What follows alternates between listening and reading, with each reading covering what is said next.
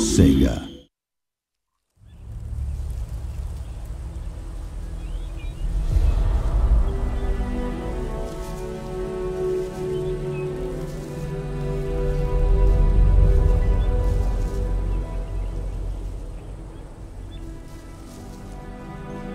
I give my body, heart, and soul to the lady whom I seek. No plea for help shall find me wanting. No obstacle will stand before me.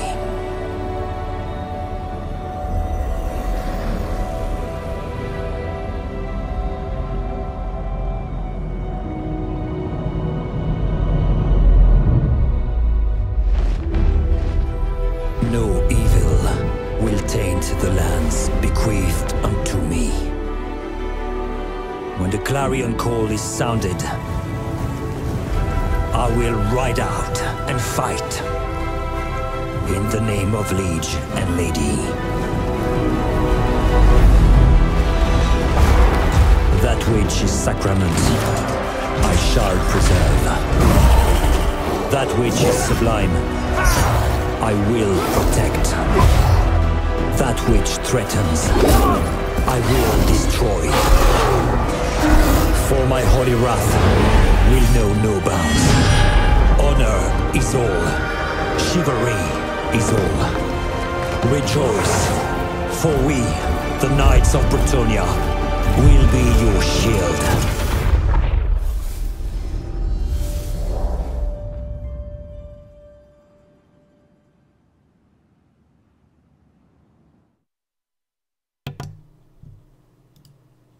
Well, hello, my friends. Welcome on this glorious day, 27 years after I was born. I am here, and I am now getting very old, and I have gray hairs, and I'm probably going to die of old age very soon.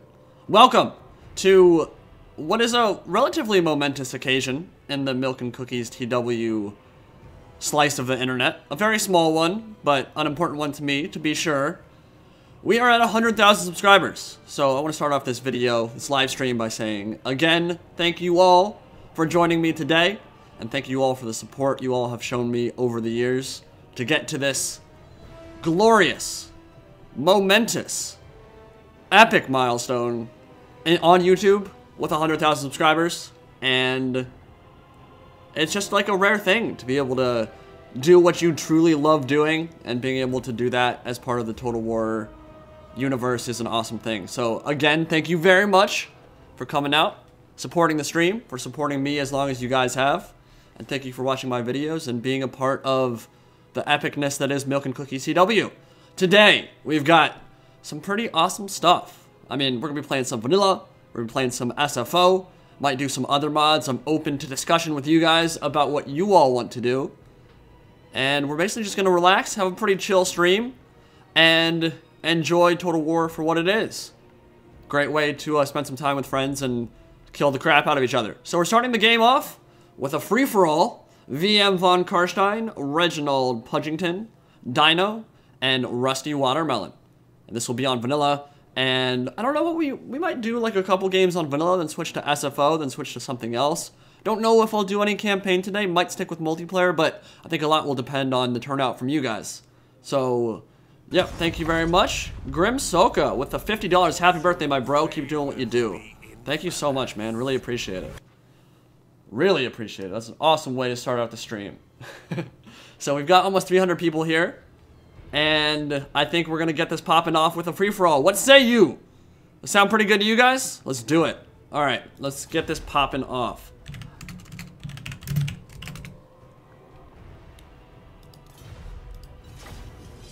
So, one of the things we've all been waiting for quite a long time now is that Lord Pack. Who in chat is feeling the Rat and the Serpent? Are you guys feeling a DLC announcement pretty soon here? No idea what it's actually going to be called. And they could pull something completely out of left field and drop Demons of Chaos on our heads. Can you imagine the utter shitstorm that would arise if a random faction that we weren't expecting dropped in April instead of the Rat and the Serpent? I don't know if that'd be a good or bad thing. I mean, we've been expecting the Lizardmen Skaven Lord Pack for so long now that it's like, you kind of expect it to be there. Like, you kind of know, like, okay, they're totally going to do either Thankwall or Ikit Claw. You know they're going to do maybe Gorok, maybe Lord Croak, maybe Nakai if they want to throw in something crazy. But you can rest assured that 10 and 1 will be the Lord leader for the Lizardmen in that Lord Pack. But what if they drop something crazy on our heads? What if they just like bust out a random Hashut, Father of Darkness, some Chaos Force or something completely out of left field? I'd be kind of feeling that. But we also waited a year and a half for this Lord Pack, so I think it's time for Lizardmen and Skaven to get their time in the sunlight. I think it's their time for sure. Almost 1 mil, dude, I wish. I don't know if any Total War commentator has ever hit that milestone. Only a handful have hit the 100,000, which is why I think it's such a big deal. Why it's very important to me. I mean, I don't like comparing myself to other channels. I like kind of just doing what I do and enjoying it and doing what I can from that standpoint. But there are times where it's like, hey, 100,000's not bad, my boy. I'm feeling it. It's pretty nice. It's a pretty big milestone. Not too many people have achieved that, so it's definitely an important one for me. CA Original Lord. So if you're going to do an original Lord for Lizardmen and Skaven, what would you do? What would you name them, and what would be their basic outline? How would you design them? I don't know. There's some pretty good named ones to pull from, for sure. You've got 10 and 1. You've got the Prophet of Stotek. You've got Lord Croak, the undisputed #1 pound-for-pound spellcaster in Warhammer Fantasy. You've got Nakai the Wanderer, Albino Croxagore. That would be awesome starting in Albion. Don't know if we're ever going to get to see him, but he's probably, like, in terms of free LC, he's probably the one that I'd like to see the most. Just because he's so unique. He's so crazy compared to the rest of the cast. Like, he'd have an amazing star position that's not in Lustria, and I'm going to be honest, I completely hate Lustria in Total War Warhammer. Like, playing that in terms of the campaign Playing near it, playing anywhere near Skrulk just makes me sad.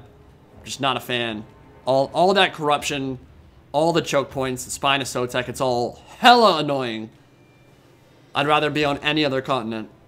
So, any star position for the Lizardmen that's far away from there, I'm down with.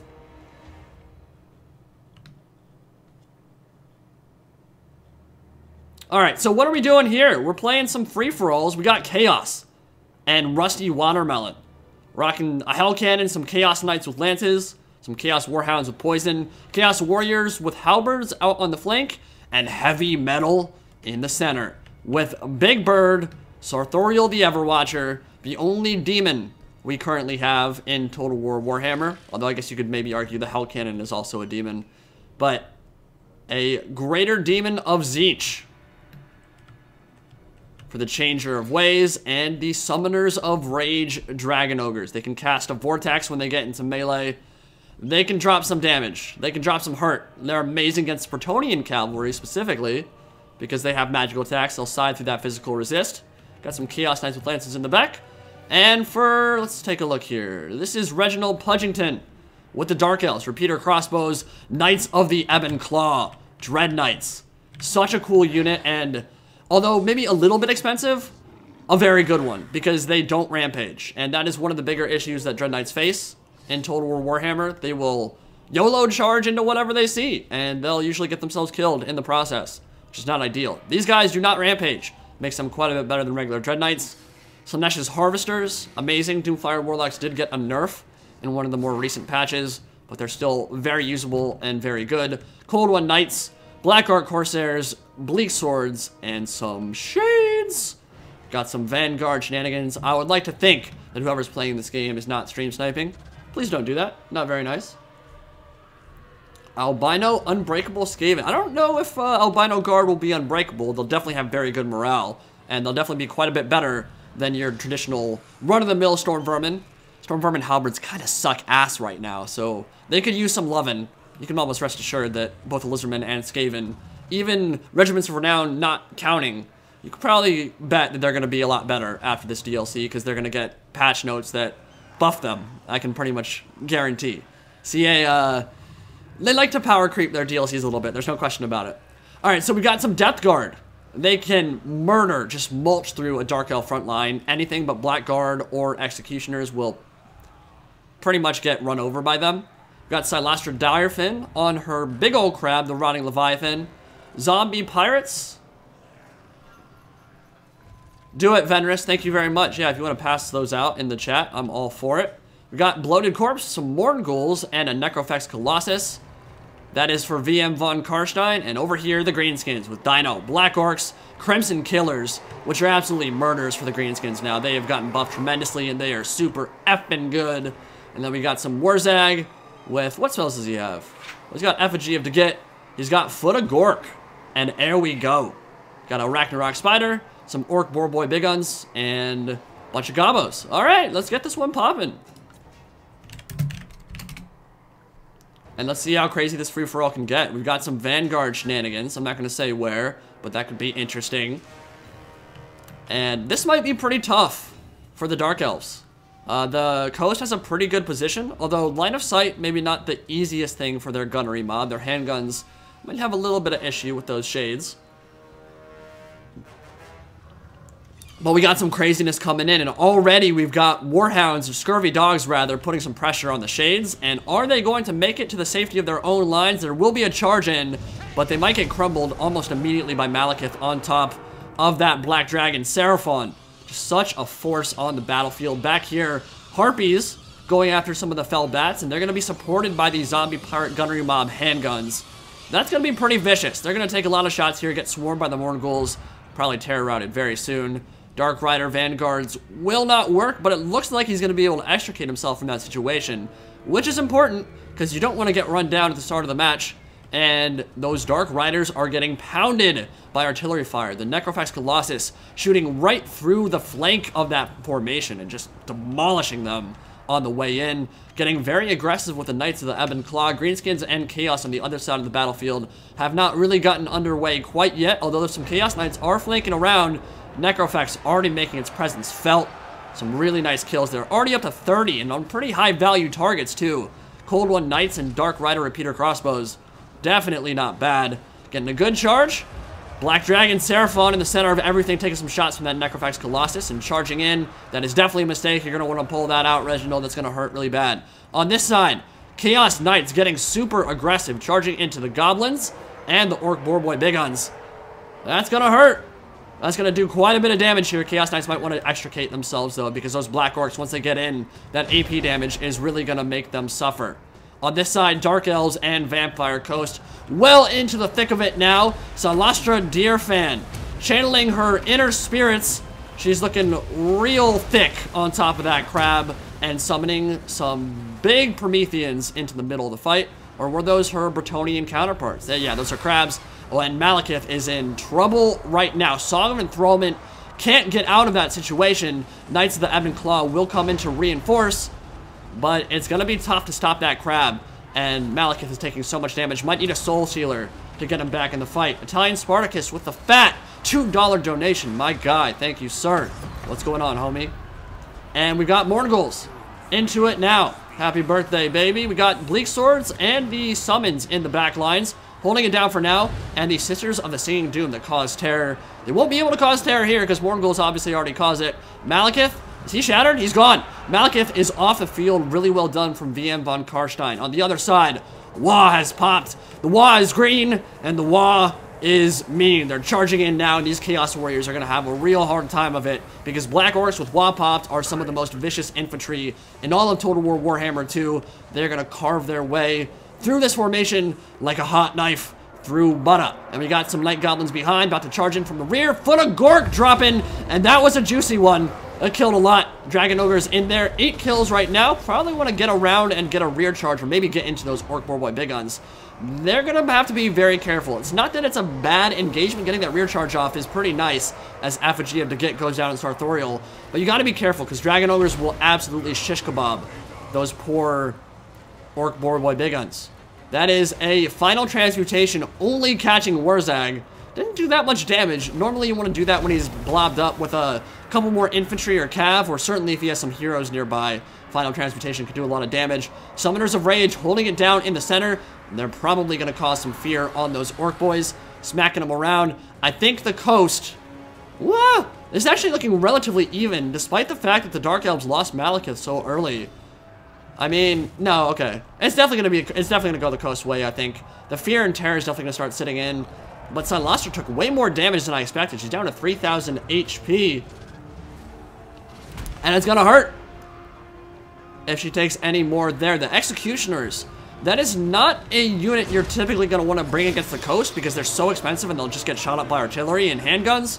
Thing is, though, he had no idea he was going to be playing against coast, and they are actually amazing against depth guards. So if Reginald can get them on top of von Karstein's stuff, could maybe slice them up and do some really good damage. But Dark Elves are definitely starting to break here. There is some crumbling on the Vampire coastline, and he has gotten his Black Dark Corsairs into the rear. But the Necrofax Colossus is literally full HP, up to 87 kills, and still has more ammo to fire.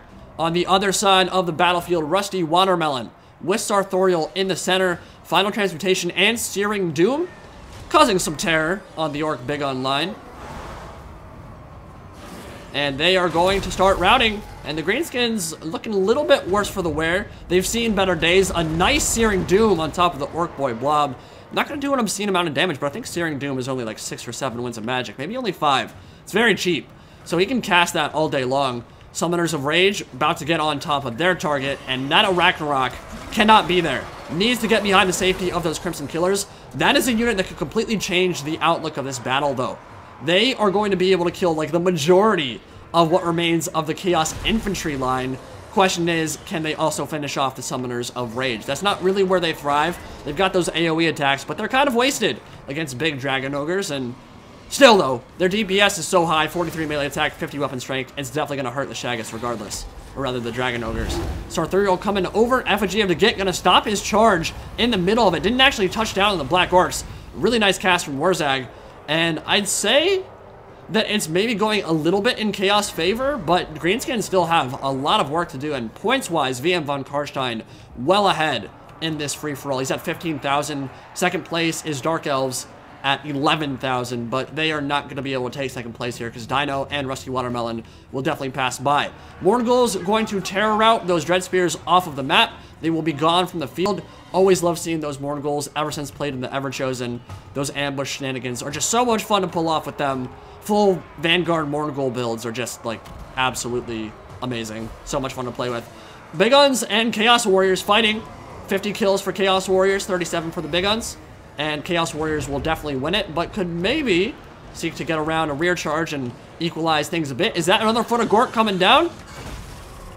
Or did it got canceled? Oh, man. I don't know if he moved out of range or what happened there, but I'm pretty sure he was about to cast a big old spell, and it did not come through. A Ragnarok Spider?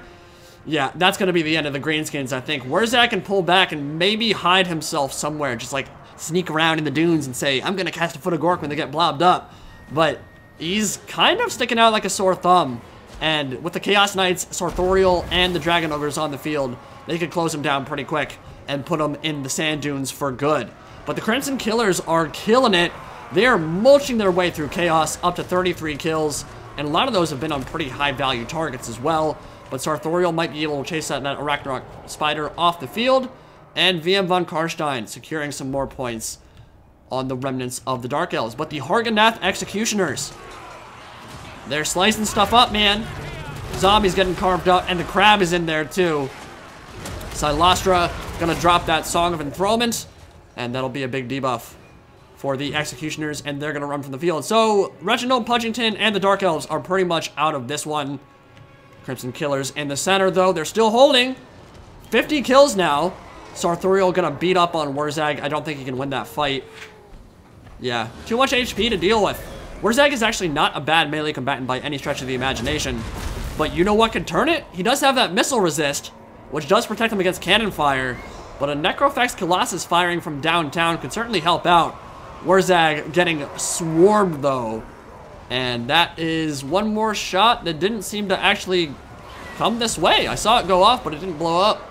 See if he gets one more shot into this blob. He can get a lot of points just shooting that way.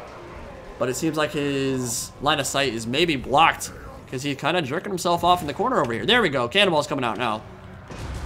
And probably going for Warzag.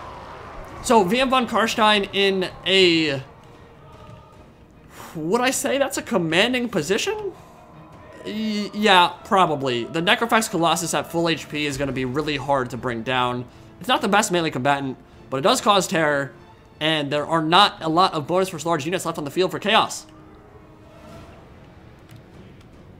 This might be really hard for him to deal with. It might be very, very hard. Christopher, thank you so much, man. Really appreciate it. Thank you for watching. Really appreciate the support. And we've got the Dragon Ogres crossing what looks like it's going to be a kill box. But there aren't a lot of ranged units, honestly, left on the field for the Vampire Coast. There is a Vampire Fleet Captain of the lore of vampires, so some heals for Silastra maybe incoming if there's more Winds of Magic left. Yeah, and he's got Arcane Conduit too, so he will almost assuredly be able to cast some more spells this game. Necrophex Colossus is out of ammunition, and that means that Tall Geese Gundam will have to get into the thick of it and smack stuff around with its nasty fishhook claws if it wants to do any more of this battle. Chaos Knights being pretty smart about it and not actually engaging. I think that if they were to go in there, they would probably die pretty hardcore. And we've got Sartorial, Summoners of Rage, the remnants of them anyway. Only 2 of them left. 344 HP, that's it. They took a beating in that fight with the Greenskins. And actually, they have rallied.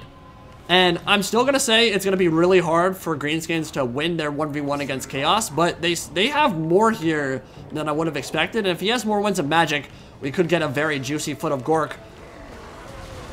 The Lord of Change into the thick of it now. Big Bird dropping some bird droppings on the Crimson Killer's back line. Charging into the rear. They are immune to Psych, so they will not terror out. But fighting this is going to be incredibly difficult. Sartorial up to 65 kills. And looks like Crimson Killers are on the verge of breaking, but so too are a lot of the units for Chaos. Vampire Coast coming over, and yeah, I think at this point, they would have to team up if they wanted to take down what remains of the undead. It's almost like Vampire Coast is like kind of OP or something, kind of weird. I don't know. No, VM von Karstein's played very well this game, did a really good job against the Dark Elves, and he's coming over to get even more points. But yeah, there's no question about it. Coast is arguably, if not assuredly, the best faction in Total War Warhammer multiplayer right now. They just have something for everybody. They're a really mean faction, really hard to deal with. Unbreakable summons, heals for days, and some amazing special and rare units. Sartorial, 71 kills now. Wurzag, Shattering, and Chaos will have to turn their attention to the south and deal with the undead. Can they stop the crab people? Crab people. Crab people. Talk like crab, taste like people. Yeah. there we go, boys. All right, let's charge in. Let's see what happens, guys. Let's go into melee. You're gonna have to. We got no more range units on the field, so Lastra and the crab gonna get into the thick of it. Necrofex Colossus gonna punch people with those fish hooks, and Morngul's being nasty as always. As Italian Spartacus would say, they're drowned bodies. Just kidding, bro. They are cannibals that killed their own brethren out at sea or on land where they couldn't get any food, and they're gonna start murdering stuff. We got 39 melee attack getting buffed up by Celastro 2, and that Song of Enthrallment is so good. Sartorial not gonna be able to carry the day here. The Necrofax Colossus by itself could probably win. Crimson Killer is gonna probably rout pretty soon. But points-wise, very close game. Rusty Watermelon is only 1,000 points behind. Oh, 420. That is a meme-worthy amount of viewers.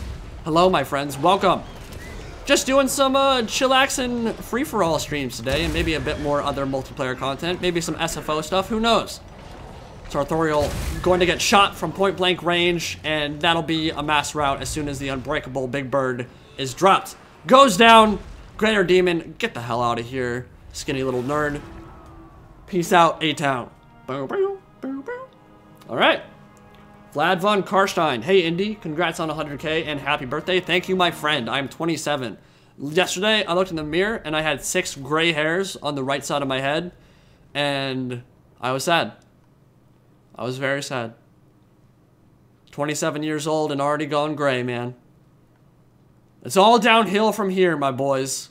It's all downhill from here. There's no coming back from this. None of us are getting out of this alive. Alright, VM von Karstein, 21,000 points. Kicked some ass that game, and his Morngul's definitely munched and fed themselves. Unfortunately, they'll never get to sate their hunger because they don't have a stomach. That's the cruel joke of the poor Vampire Coast roster. We've got Rusty Watermelon, Chaos Warriors, doing some work that game. 104, 84, 98, 66, 41. Chaos Knights with 202 chevrons. Really well used from Rusty Watermelon. And Sartorial dropping some nice final transmutations. For Dino and the Greenskins, Crimson Killers, I would say were probably the MVPs. About 100 kills. And some of those were on Dragon Ogres and the Summoners of Rage. So they definitely paid for themselves. Hammer of Gork, only 22. Didn't do too good. And Reginald Punchington. Why can't I click on his head? Oh, there he is, because he's the player. 42 kills on Malekith and Seraphon, 94 on the Sisters of Singing Doom, 81 on Slaanesha's Harvesters, and Cold One Dread Knights, the Knights of the Ebon Claw, 28 kills. They went right out the center, and they were met with the ferocity of the undead halberds and unbreakable units for days. They were put in a trash can pretty early. Sweet. Very good game, guys. Thank you so much.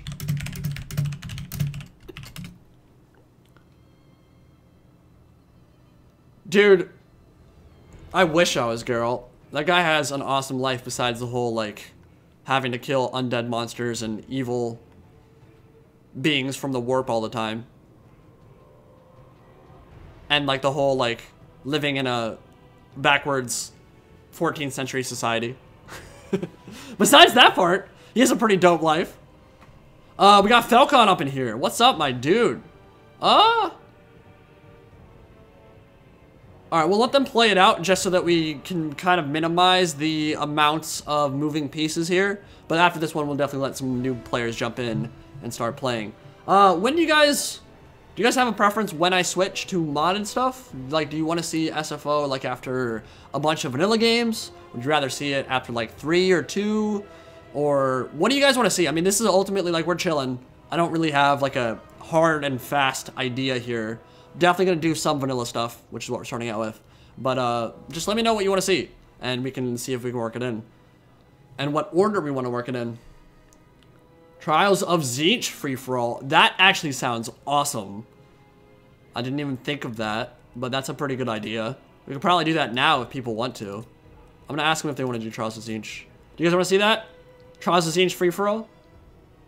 I don't know yet if I'm gonna do campaign stuff. We might, depending. I think multiplayer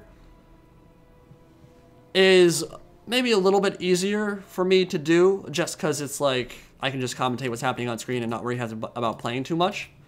But I will probably play at least one game on stream today, just so you can see my glorious micro. Let's do Warpstone Crater. Do you guys want to do Trials of Tzeentch?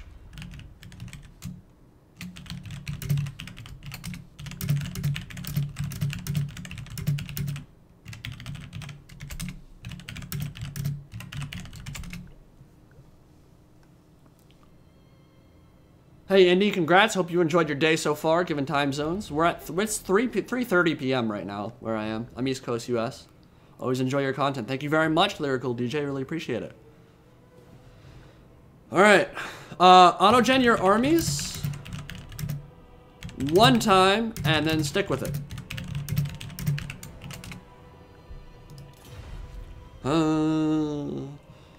Yeah, of all the OSTs in this game, I think between the Dark Elves, High Elves, and Tomb Kings, I think those are probably the three that are the best. I think the Lizardmen OST is like okay, but it's a little bit anemic at some points. There are two songs, I think Rise of Sotek and Battle of the Fallen Gates, which of course, I mean, you had to know they were going to do a song just for that one. Most memed battle in Total War history. There are a couple ones that are good for Lizardmen, but the rest are a little bit anemic. Skaven have a couple good ones that are kind of creepy sounding, but they don't have a lot of like battle tracks that are amazing. I think Vermintide and maybe like one or two other ones are like good, solid. But I think that the High Elves and Dark Elves, both their ambient ones and their campaign ones and the kind of fierce multiplayer battle ones are all really effing good. Tomb Kings have very good OST as well. I think that one of the things that is very overrated and overlooked about this game, OST is amazing. Total War Warhammer and Total War Warhammer 2 both have really damn good music. Really helps set the atmosphere for sure. That hasn't always been the case for Total War. I mean, some of them have been really good. I mean, the Shogun 2 OST is amazing and super thematic for the time period for single Kujidai Japan. You've got Medieval 2, which is obviously iconic. Rome 1 is really good. But then I personally, and I think it's more to do just with the music itself, like the type of music I'm not the biggest fan of. Like Napoleon and Empire, I've never been the biggest fan of their OSTs. But I don't think it's because that the quality of the music is bad. It's just not really up my alley. I'm more of like the epic orchestral elf biddies singing in the background kind of thing. That's usually what I like. That's why you guys hear Widowmaker and a couple of those other elven tracks a pretty decent amount in my videos. Dragon Flame, really good. But yeah, there are a few that I don't think are amazing. What is your favorite OST in the Total War video game sphere? And what is your least favorite? Oh, dude, yeah, we should do some Subcommanders today. That would be so much fun to do on stream. Oh my god, we're definitely doing that. That is why I have you guys here. You give me ideas, and I make them a reality.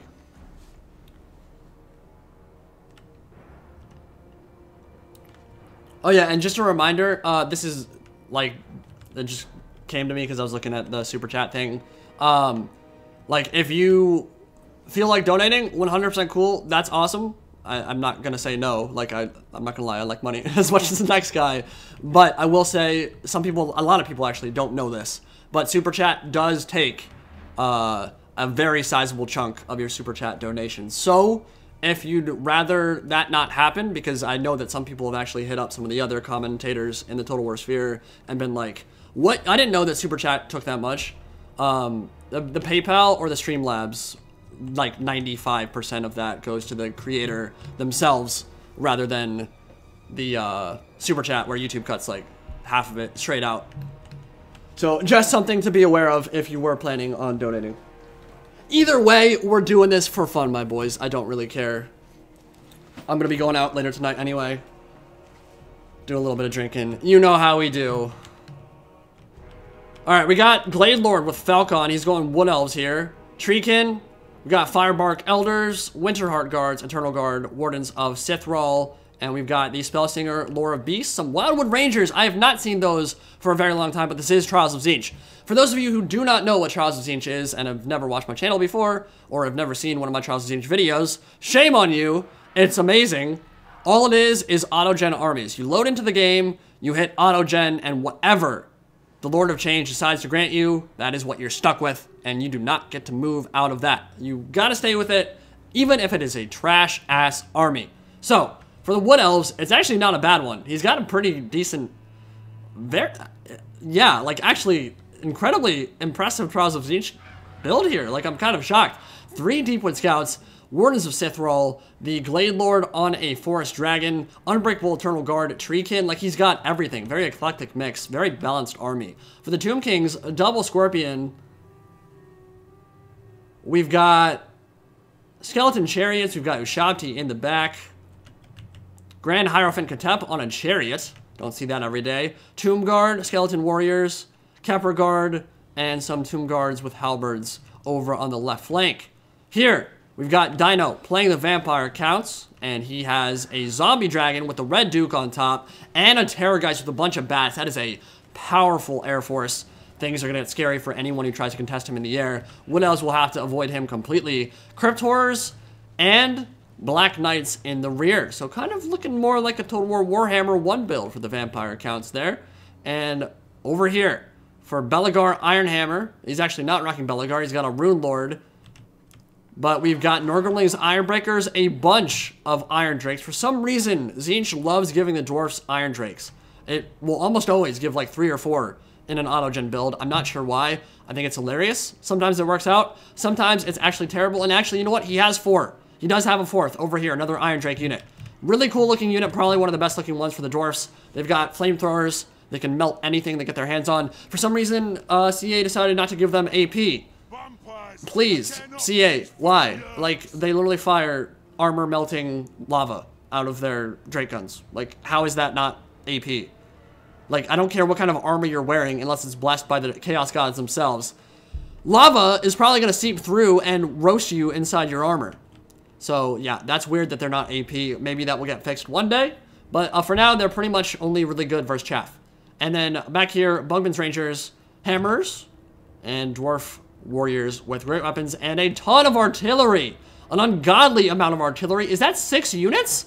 Organ Gun, Bolt Thrower, Organ Gun, Cannon, Bolt Thrower, Organ Gun. How is he going to protect that? How is he even going to get line of sight? I'm going to say right...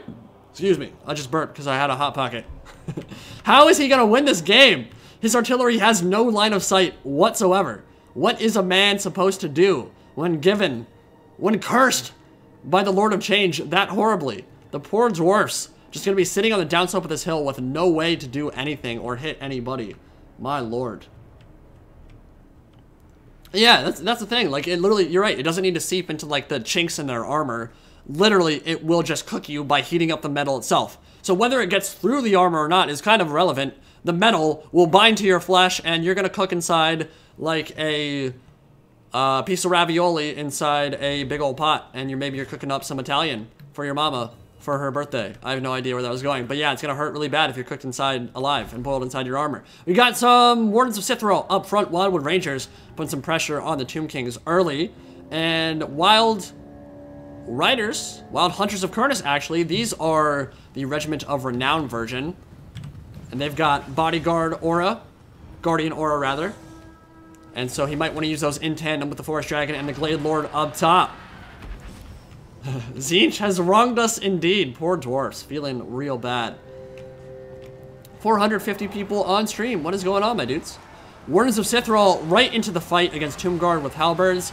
They have Sunder armor. They're going to mulch through them pretty easily, and they have 56 melee attacks. So, to be honest here, normally I'd say, okay, this is probably a little bit scary to just, like, throw them into the maw of the Tomb King's defense, but they are going to mulch skeletons all day long. A nice frontal charge from Falcon into the Tomb Guard from VM von Karstein, and already Forest Dragon getting down and dirty. 40 kills, probably got a breath attack off that I might have missed. Shield of Thorns buffing up everything in an AoE, and skeletons routing. What is that? That is a nice sandstorm, a really nice cast from VM von Karstein. My god, Katep kicking ass and channeling the sands of time, murdering some wood elves in the back line with a beautifully placed vortex. Falcon up top, getting Usek's incantation of desiccation, minus 26 melee attack, minus 27 melee defense. And the wood elves are going to want to put a little bit more space between their archers and the Tomb Guard front line. We've got some Necropolis Knights coming in from behind. They're going to go right into Eternal Guard. That is not where they want to be. And the, what are those called? Firebark Elders, the Fire Treekin, are in the center of everything. Dragon getting pretty close. And you know what? They're not even close to starting their engagement yet, so we'll just watch this one. We've got the Kepler Guard flanking around from VM von Karstein, putting some pressure on these Deepwood Scouts. Falcon realizing it, will turn away, and suddenly these Kepler Guard are in a pretty nasty position, because if they go for a rear charge on the Unbreakable Winterheart Guard, they will not rout them, and they'll turn their unshielded flank to the enemy and get shredded from long range. And they only have like 50-60 armor, so they would take a lot of damage if they did that anyway. Got some heals coming down. Glade Lord up to 50 kills now, fighting King Nikesh's Scorpion Legion. Ushabti charging in from the rear, and the Wild Hunters of Kurnis, terrified, about a third HP. Sisters of the Thorn moving around, and they're going to be able to get right into the Blessed Legion of Fakth, the Blessed Legion of Demonetized. Already the stream will be demonetized because I just said that horrible word. How dare I say the PH word on my Total War Warhammer stream. Nice charge from the Sisters of the Thorn. You're going to get some nice kills there. But I'd say that this blob is definitely going to favor the Wood Elves because his archers are not getting tied down. But Kepler Guard are putting a lot of pressure on them. Unfortunately for them, it's going to mean that it leaves them isolated to the Wild Hunters of Kurnis and to the Glade Lord. And when they charge in from behind, then the Deepwood Scouts can turn around and put them in the ground for good. Manticore summon, Spellsinger Lore of Beasts, dropping some big old Manticores in the fight and might try to goon out probably one of the Scorpions or Katep himself. Over on the other side, things are getting spicy. We got a Tomb Scorpion actually went all the way across the battlefield, isolated, but should be able to feast on the Grave Guard. Might be a little bit scarier fighting against a great weapon unit. We got the Ushabti summon over here. That is hilarious. VM von Karstein all over the battlefield right now. Definitely MVP so far and winning. Gonna get a nice charge into the Iron Drakes with Trollhammer torpedoes. And the Vargulf in the center of the Iron Drakes, making mincemeat out of them, pounding them, tenderizing them, making them very sad. And the zombies and Cryptor is going to try to push through the Nordling's Ironbreakers. Now, the artillery really not going to be able to do very much for the dwarfs, right? A very weird position to be in. Organ guns trying to fire up the top of the hill, but they're on the downslope. They're not really going to be able to get hit, and you can see a lot of the shots are just arcing over the top. But if he can maybe retreat them backwards a little bit more, maybe get a little bit more space, he would open himself up to the Terrorgeist and the Zombie Dragon. But if he can maybe get like the hammers or something back there to protect them, they'd at least be able to fire in and get a much more advantageous line of sight on the front line for the Vampire Counts. We've got the Vargulf trying to beat up on the Rune Lord, but he's got his Master Rune of Oath and Steel. 180 armor. Killing that dude on his toilet seat is going to be pretty difficult. And Ironbreaker's holding the line pretty well. I'd say that might be going the dwarf's way right now. He's done a pretty terrible amount of damage to both the Vampire Lord on the Zombie Dragon and that Terrorgeist. Over here, Feral Manticore going after the Necrotect. Pretty good idea. Don't want to be allowing that thing to heal up your Tomb Scorpions all day long. Manticores, I mean, Transformation of Kadan is such a good spell right now. I actually covered it in my last video, but Manticores are the longest lasting summons in Total War Warhammer at the moment. They last longer than anything, even zombie summons for the Vampire Coast, which is saying a lot because those have a really big HP pool. So yeah, that's why Manticores have become such a prevalent part of the meta. But Eternal Guard fighting King Nikesh and Scorpion Legion. Kepler Guard trying desperately to get their hands on anything, but the Wood Elves are just saying, nanny nanny boo boo, stick your head in poo poo, you are not catching me.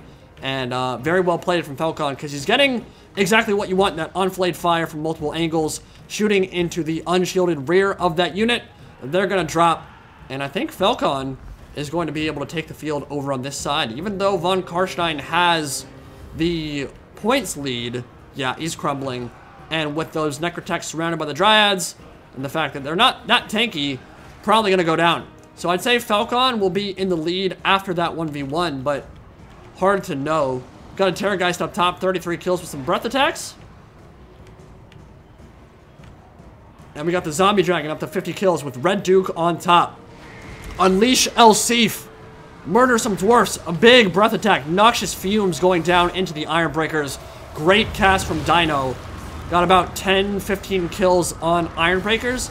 Ideally, you want to be a little bit further away on that breath attack so it arcs out, covers a wider area, and will hit more of the unit. If you're right above them, it will only hit that small AoE right beneath you. So, not the best breath attack ever, but it definitely got some good kills. Definitely never a bad thing to kill 12 or 15 Iron Breakers. And the Iron Drakes are still alive with 185 armor, taking them down not very easy. Terrorgeist feasting on the back line. Vampire counts might be able to push their way through. The Graveguard are starting to get into the cookie jar here. But Iron Drake's getting some good kills. Shooting into the rear. Terrorgeist is going to need to kill them if the counts want to take that side of the engagement. Something just crumbled. What was it? Was that Katep? I think that was Katep. I think Katep just died to Sisters of the Thorn. They're pretty vicious. If you've read their lore, they're not very nice at all. There's a very predatory and animalistic aspect of Athelloren where the Wood Elves are... they're not your traditional hippies from the forest. They'll kind of like skin you alive and murder you. I think Carillion and Vermintide basically says, you should be glad I'm not like my sisters because I'd be carving you up and feeding you on a plate to angry tree spirits if you pissed me off and I was one of them. So yeah, all the Wood Elves are kind of mean, and they showed it here. They showed the Tomb Kings no mercy. They're going to take that side of the field. There are a few more undead units for the Tomb Kings. Tomb Scorpions still fighting it out, but soon to crumble if the Terrorgeist can manage to stay on target. And this is a very even fight for the Dwarfs and Counts. I would say that the Dwarfs have an advantage just from the points perspective, but there's a lot of wavering and a lot of routing on their line. Even the Iron Breakers are starting to waver, which is kind of embarrassing.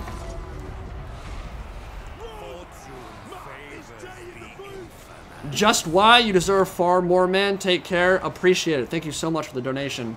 Really, really appreciate it, my friend. You guys are seeing the donation. What's it called? The notification when it shows up, right? I always get scared that like I work so hard on one of those GIFs and the sound effects and they don't show up when people give me stuff. Yeah, it just showed up. I saw it. Cool. It's working. Nice. Okay. So we've got a Zombie Dragon up top, about to land in the middle of everything, and Norgorly's Ironbreakers have held so admirably this game. 120 kills. They've just been tanking it out. Probably the tankiest infantry unit in all of Total War Warhammer. But I don't know if they can hold with a Vargulf with 3 damn chevrons on top of them, and the Red Duke feasting on their flesh. And Invocation of the Heck definitely made a big impact here because he was at like a 3rd HP, and he's already healed himself back up. Dwarfs are going to crumble. They're gone pretty much. They're out of the fight. Look at the points differential though. VM von Karstein still in the lead. Falcon's actually in 3rd. Not guaranteed that he's going to win this game. Dino at 12,000, but he's going to beat the Dwarfs. I'd say that the Wood Elves have a lot left though. This might be difficult for everyone else. But I mean, he's got a full strength Vargulf. He's got a Zombie Dragon with one of the best duelist lords in the game. Elsif could make short work of the Treekin. Well, no, you can only cast it on heroes or lords. I thought the Glady was still alive. Did the Forest Dragon go down? I must have missed it. I think Forest Dragon's off the field. I think the Glady's dead. I'm not sure how he died. But Terrorgeist and Zombie Dragon about to feast on the Wood Elf front line. And this could get real interesting in the late game. This could go any way. It's not going to go the Dwarf's way, and it's not going to go VM von Karstein's way. But I think that the Vampire Counts and the Wood Elves both have a chance of taking this battle, for sure. This crazy free-for-all so far.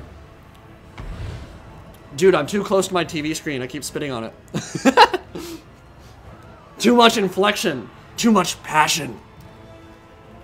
Just wiping it off with my head. That's so gross.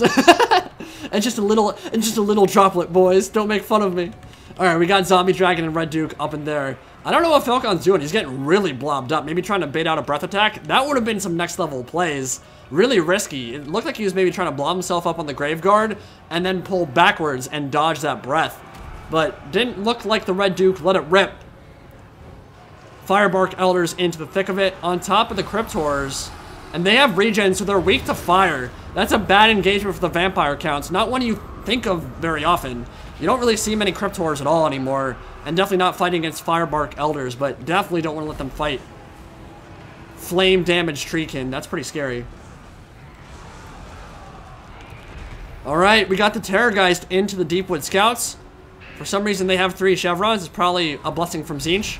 Zombie Dragon in the thick of it now, mulching them, eating them for dinner, up to 84 kills, and by the end of this one, no matter what happens, Red Duke will be well over 100. So he has definitely made a huge impact. Dino, don't forget your Vargulf. The cute, big, fat toad Batman thing is in the back. Do not forget it. Man Bear Pig needs something to kill. Maybe could go after those Norgumlings Outbreakers and get a couple more points. We've got, yeah, I think the Red Duke is going to be too much for the Wood Elves here. I think Dino's going to take this battle. He doesn't have the leadership. His spellcaster, she is in the back, drenched in blood and still spurting it.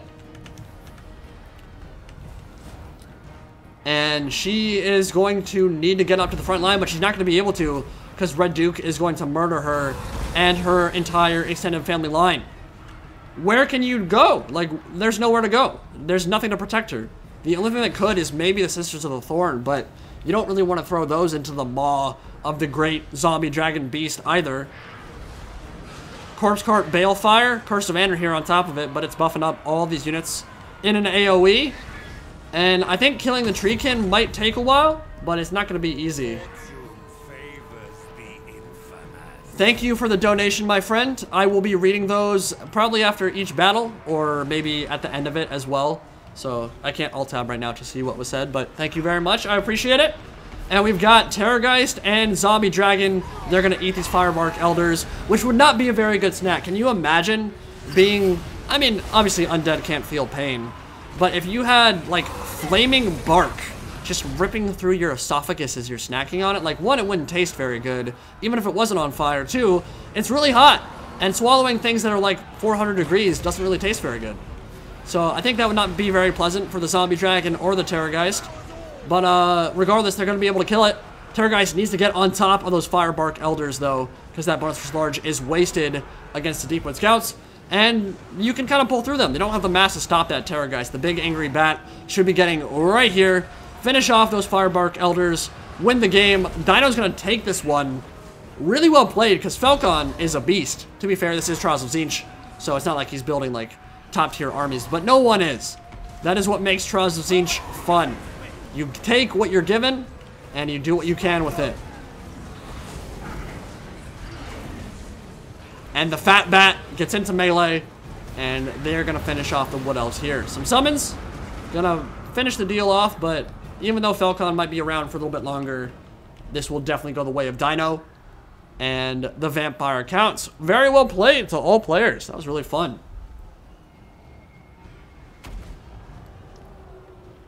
Tell me, where is Gandalf? For I much desire to speak with him. He fell into fire and darkness from the lowest dungeon to the highest peak. I fought the Balrog of Morgoth. Alright, we've got Eternal Guard, Unbreakable in the middle of it all. 12 units left, only 300 HP. And they're gonna get murdered.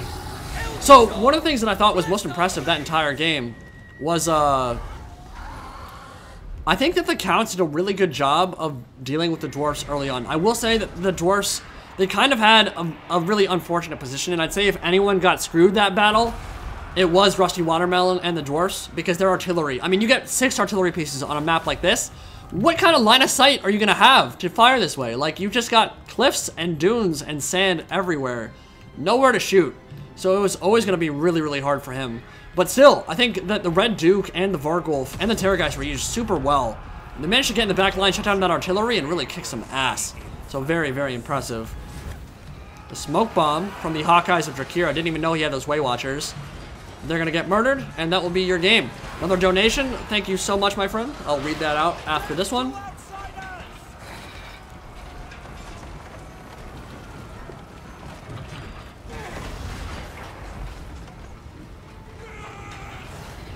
Yeah, I do wonder how Gandalf the Grimsoka donated $20. Thank you, my friend. Really appreciate it.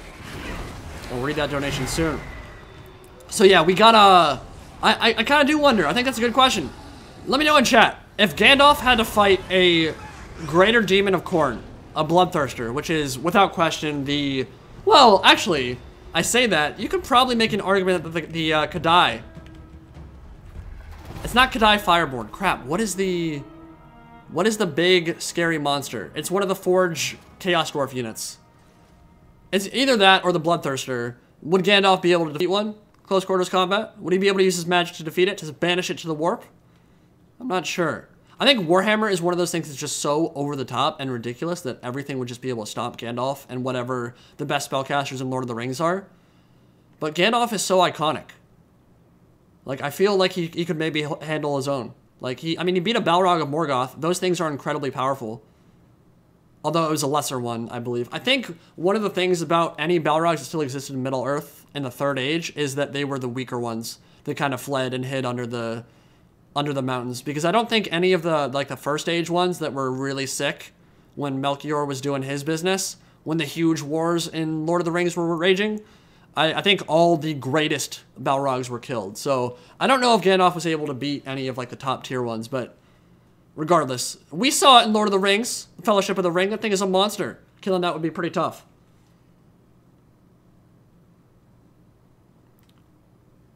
I can't think of, I'm like completely blanking, which is annoying because like I should know this, but I cannot think of what the Forge single entity monster for the Chaos Dwarfs is. That's Kadai. It's Kadai something. It's not Kadai Fireborn. I think Fireborn are like the rank and file. It's the Kadai Destroyer. There it is. Kadai Destroyer. Yeah. Chat didn't help me there. That was all me. That was all me. All right, Dino. 2,100 points for winning that one. Really, really impressive from him. Falcon managed to sneak by Von Karstein, but I gotta say, from a visual perspective and a YOLO perspective, I'm going to give the MVP to VM Von Karstein that game. Because he summoned Ushabti across the battlefield. I've never seen anyone do that. He's probably losing against the Wood Elves, and he's just like, you know what? I want points on the other side. Let's do that. Let's summon a Ushabti over there. Let's send a Tomb Scorpion over there and help out our undead buddies. Like, that was dope. So MVP goes to VM Von Karstein, but Dino manages to take the battle. Falcon played well. Rusty Watermelon, you got screwed, my friend. Tzeentch did not bless your ravaged body. You got bent over by the Changer of Ways. How does it feel? Not very good, I'm sure. What were the top killers this game? 102 kills on the Red Duke. Not bad. Got 77 on Katep. He had a really nice Sandstorm summon. And then Rune Lord, obviously not a lot of kills, but very tanky. Norgrimling's Ironbreakers, 135, and those Ironbreakers, 223. You know, if it cut like 3 of those artillery pieces and gave him maybe a bit more infantry, he might have had a really good build. Like, having 3 Iron Drakes against vampire counts is not bad at all. Even Graveguard can get punished by him pretty heavily. Alright. People ask me to check Discord. Oh, why do you want me to check Discord? What do you want from me? Who are you?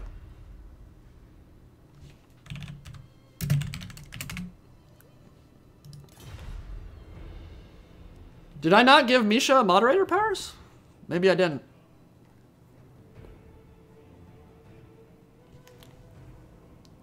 I don't know if I'm going to be able to sort that out right now. That was a fun free-for-all. Alright, what do you guys want to see next? You guys want to see some Subcommanders? I'm going to check Discord real quick and see what's up to, but shut up. Can't update Chrome. I don't give a crap. Let's read those donations real quick, eh? What did people say? Hello, let's go to Streamlabs.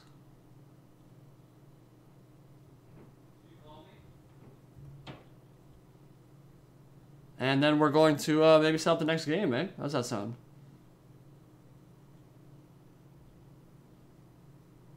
Give me 1 second here. I gotta sort out what's on Discord. Grimsoka, in Total War Warhammer 3, what lord are you waiting to see done and done right? Now that is a question and a half. Alright, I know that some people don't like end times. I still, to this day, 100% argue that we should be able to see end times units and lords, and that means I want to see Glotkin. If we got to see full Glotkin with Ethrak and Otto and Gurk, my god, that's going to be one of the most impressive models in the entire trilogy. It'd be amazing. Hands down. Incredible. Like, that model, if you've never seen it, go look up Glotkin on Google Images. It's so badass. It's actually insane. I think that one's up there. I want to see Volkia. She's not going to be able to fly, which will suck, but that's definitely up there for sure. Could we do some Mixu's Legendary Lord battles? Happy birthday, Indy, and congrats on 100K from Batcow. Thank you very much for the $13, man. We'll see what we can do. When you start doing like multiple mods with Mixu's Lord mods and stuff, it can get a little bit harder to set up. With SFO, we could probably just do one, and it makes it a lot easier to make sure compatibility works. But I will try and see if we can get that done today, because I agree. Mixu's Lord mods are super fun, and it'd be a nice little flavorful thing to add. On Discord, Venris. Hand them out in chat if you want. I don't think bots are going to gobble those up. I don't know if the stream is big enough to do so. Venris wants to hand out codes for Total War Warhammer 1 and Total War Warhammer 2.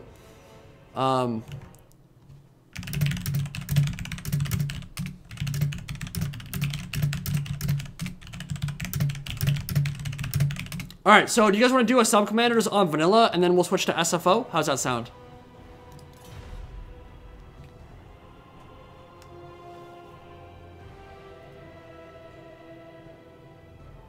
Oh, 4v4, guys, I'm streaming. You want a lag fest? I don't know if that's the right call, man. That might not be the best idea. I think we could maybe do Subcommanders with 3v3 and we might be able to get away with that on stream. 4v4 is a big ask. Even on like good computers, like there's a reason there aren't really tournaments for that kind of thing. Like it gets laggy as balls.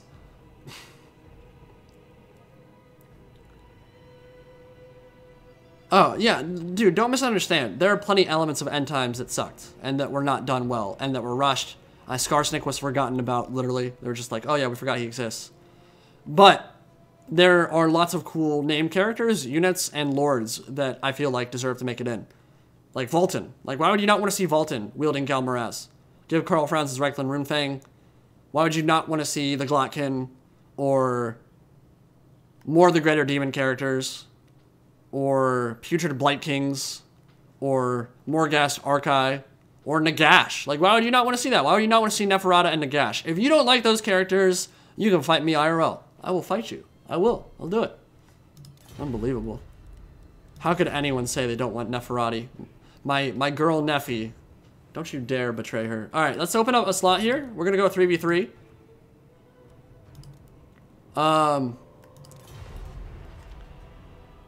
And we'll see who can join. Let's just get people up in here. Game's name is Indie Prude 100K, and the password is 9. Just the number 9. So if you want to join, Indie Prude 100K is the game name. Password is 9.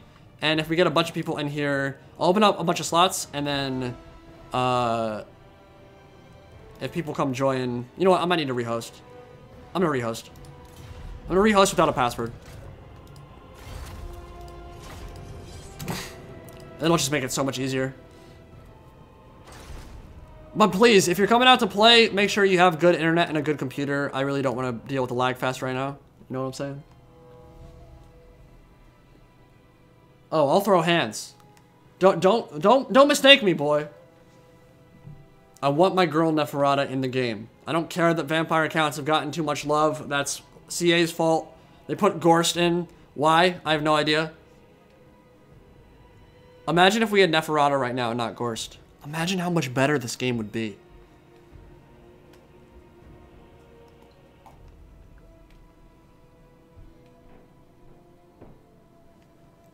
Alright. Get up in here, boys. Oh, I hosted as a player. Crap. I didn't mean to do that. Yeah. My bad, guys. Dream in Blue and Dark Arrow, rejoin. I'm gonna host as spectator. That was my fault.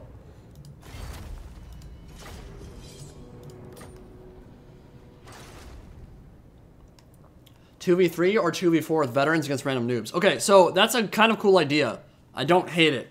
The problem is Total War games are very much balanced in the way that funds are like everything. So if you literally give a team 14,000, 12,000 more funds, I don't care how good you are, you're not beating 2 armies by yourself. It just doesn't work that way. Unless they're like literal mouth breathers that don't know how to move anything or even play the game, there's no way. Like, I don't care if you're Tlaxlan Soothsayer, you're not beating 2 like bad players with full armies. It just doesn't work.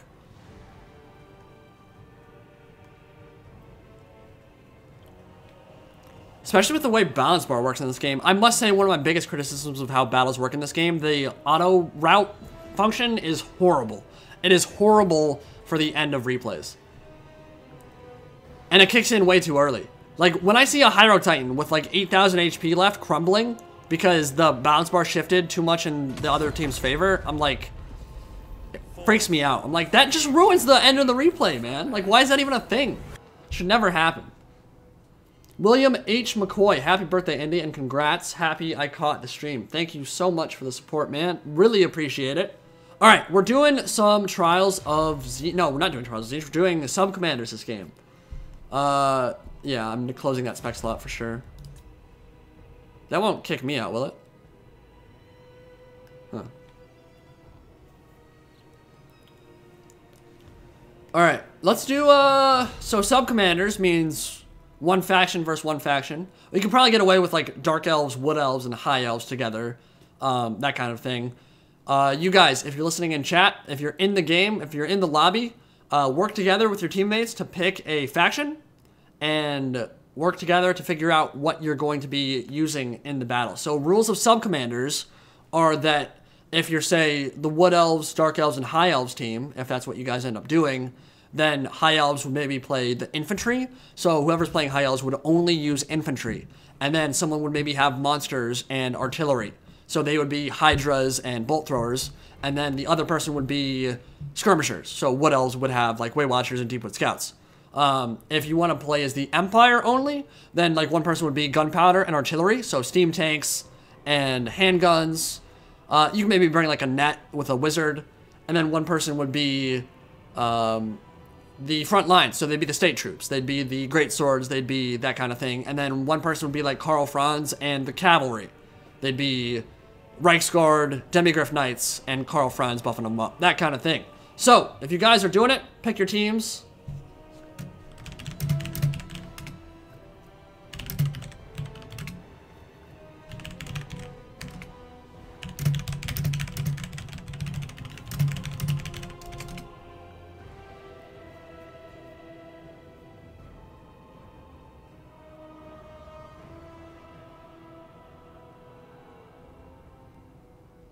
Paul Reed, I'm Rusty Watermelon. GG's, man. That was awesome. You had some really fun games in that. In both those free-for-alls, actually. You did very well for yourself.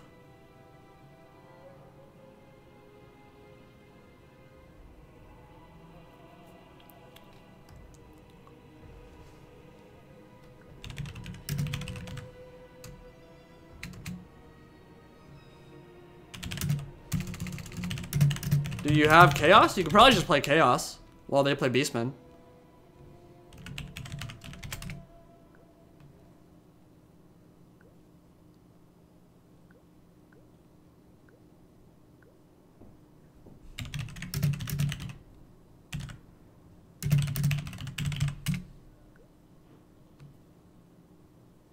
I have a feeling, guys, that they're not going to know what Subcommanders is.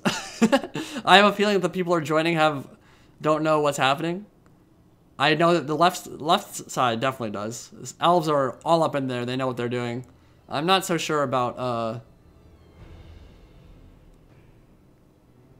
I'm not sure they know. Okay, then Rowlet, either pick Beastman or Chaos, or, yeah, like, I don't want to kick people out, but I also don't want to stare at the main menu all day long either.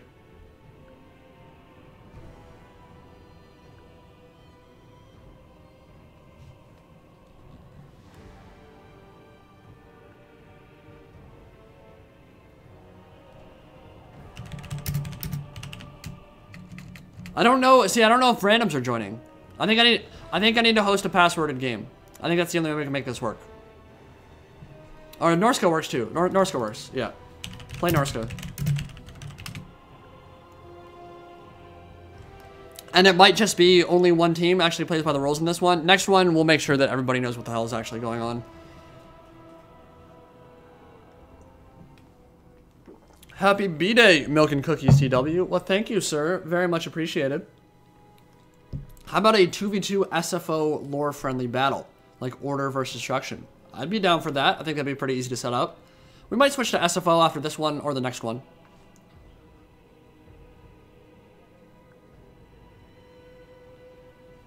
It's all good, my dude. Not a problem at all. I don't know if I Dream in Blue or Alan are coming in from the stream or if they randomly joined because this was not passworded. So that might be part of an issue, but it's not that big a deal. I'm going to change the map though because we're going to want a big open one. I think Mortis Wastes would be pretty good. That's a classic.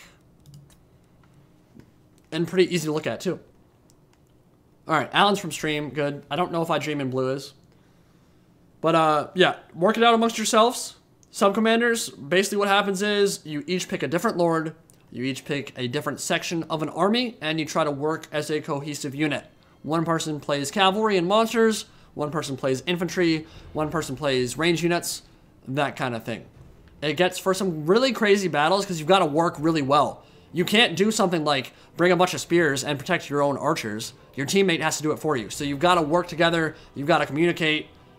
It makes for some awesome battles, for sure. It makes for some very funny ones and memey ones, too, when people screw up bad, which happens all the time, but it makes for a good one, for sure.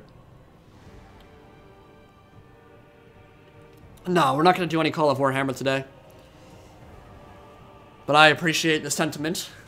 We'll be working in some more of those videos, for sure. It's a fun mod. It's a great one. That's what, dude, that's where the channel kicked off, for sure. Call of Warhammer is where things really started popping off for me. In the run-up to Warhammer 1. Because I was like, people want to play Total War Warhammer. What would be a good game to play that might tide them over until that comes out? Oh, I know. A mod that nobody else was playing for some reason. Let's just do multiplayer on it. And Call of Warhammer took off pretty damn well. Such a good mod, dude. I'm gonna Alt-Tab.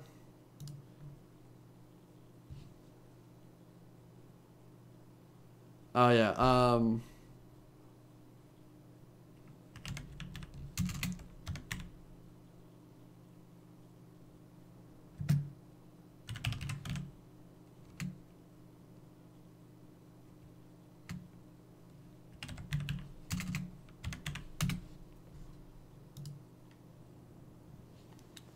Left Team Magoo, happy birthday. Thanks for making some of the most boring lectures tolerable in class. Dude, pay attention to your teachers.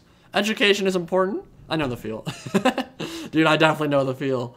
In college, I think finance and accounting were the two classes that just made me want to die on the inside. Oh my god. Just absolutely brutal. May demonettes and cocaine cake be sent your way. God damn, that sounds like a good time, my dude. Let's get this popping off. Let's get this started, boys. Let's go. Thank you very much for the support, my friend. The NZ5.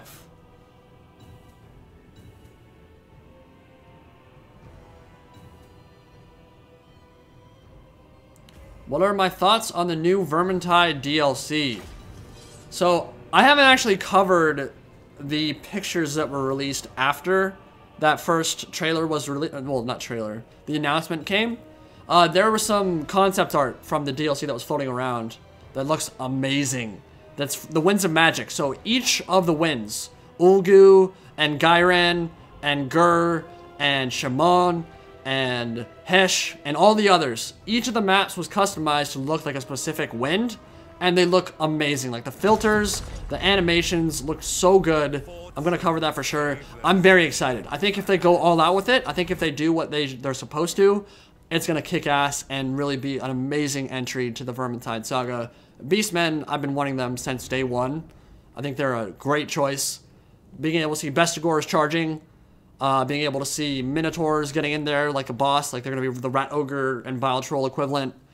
There's going to be a Standard Bearer that supports other Bestigors and Ungors that are nearby. Going to be sweet. Happy B-Day. Thanks for all the content. Thank you so much, man. Really appreciate it. All that I want to get to TW Warhammer with, yeah, Venris just posted a giveaway. Type 100k indie love, and you might win yourself a DLC. Venris, thank you so much, man. I really appreciate that. He's doing a giveaway for me. What a nice guy.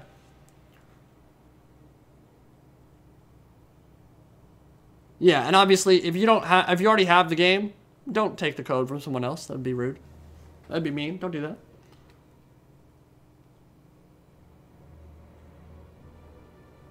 Indian love. Way.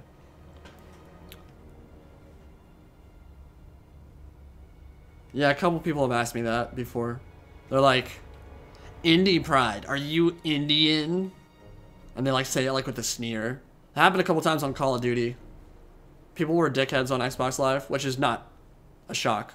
They're like, Indie pride, are you Indian? I'm like, no, I'm white, but you're a douchebag anyway. Shut the hell up. So what if I was, bro? So what if I was Indian? Fight me. Douche. Alright, what are we rocking here? Okay, so we've got High Elves playing as the monsters and the cavalry. That's awesome. Tyrion, is he on Malahendir? He is indeed. This guy gets it. Scribe Untitled. You, my friend, have watched Subcommanders before. Well done, sir. Dragon Princes, Illyrian Reavers, Heralds of the Wind, Star Dragon, and a Frostheart Phoenix. Dark Elves with the infantry.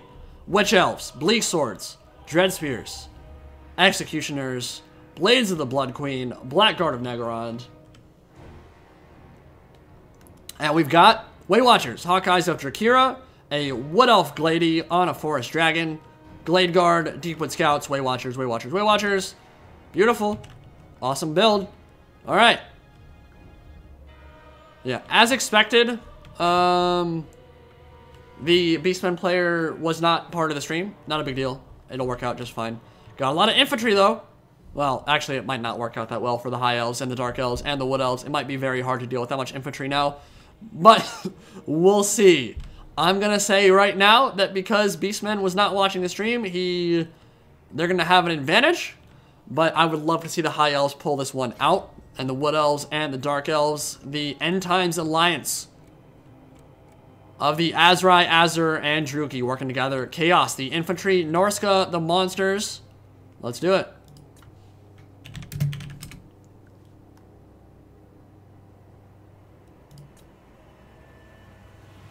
Alright, so what's happening? We've got a Morgar the Shadowgave and two Gorbals charging up the center.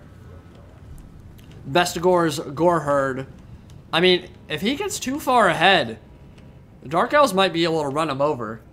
That's a lot of Gores and a lot of stuff you can snipe out for sure. Those Gorbals is going to be very susceptible to all that focus fire from the Weight Watchers. Snipe them out early. Kill them. High Elves going to need to avoid any kind of fighting early. They're going to need to wait till Chaos and the Beastmen are engaged before they can really make their impact felt. But they certainly can. Looks like a Spirit Leech from the Bray Shaman cast on the Illyrian Reavers. And the Weight Watchers going to focus down on the Ungors. Not the best target for them. I would maybe shoot the Bestigors. There we go. That's going to hurt. That's going to hurt quite a bit. Bestigors already down to 2/3 HP after a single volley. Beastmen might crumble here real quick, which is very satisfying to watch. But this is a big issue. Nice prey of Anathrema and an arrow of Kurnus. Dragon needs to get into melee and block that charge. Protect your archers. Admiral Lucius, no! And they're going to get in there. But he notices it. He's coming back. He's going to charge him. Maybe get a rear charge and cause that rout. Mammoth into the thick of it. It's about to get crazy up in here, boys. A Bray Shaman of the Lore of Death charging through. Mammoth as well. Weight Watchers. Oh my god, look at the blob. The blob that is developing in the center. Someone get some Winds of Magic. Someone eviscerate this entire block of infantry. Destroy them all. Multiple Manticores. Okay. Dark Elves on this side are going to get run over by Chaos. I think that High Elves are going to be the linchpin here. There need to be some really good breath attacks and some really good charges from the Fireborn if they want to shift this, because the Dark Elf infantry will not be able to hold long against this rush. But a really nice charge coming in, bowling them over, stay in melee for about 5-10 seconds, make sure they get their full charge bonus off, pull out, and do it again. Do it all night long, baby. Get some big charges in there. Finish them off for good. Executioners holding on. 91 kills so far. Soon to be over 100.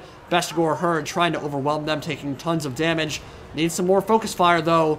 And I'd say that actually the Wood Elves have done a very good job of not letting their back line get inundated by fast movers.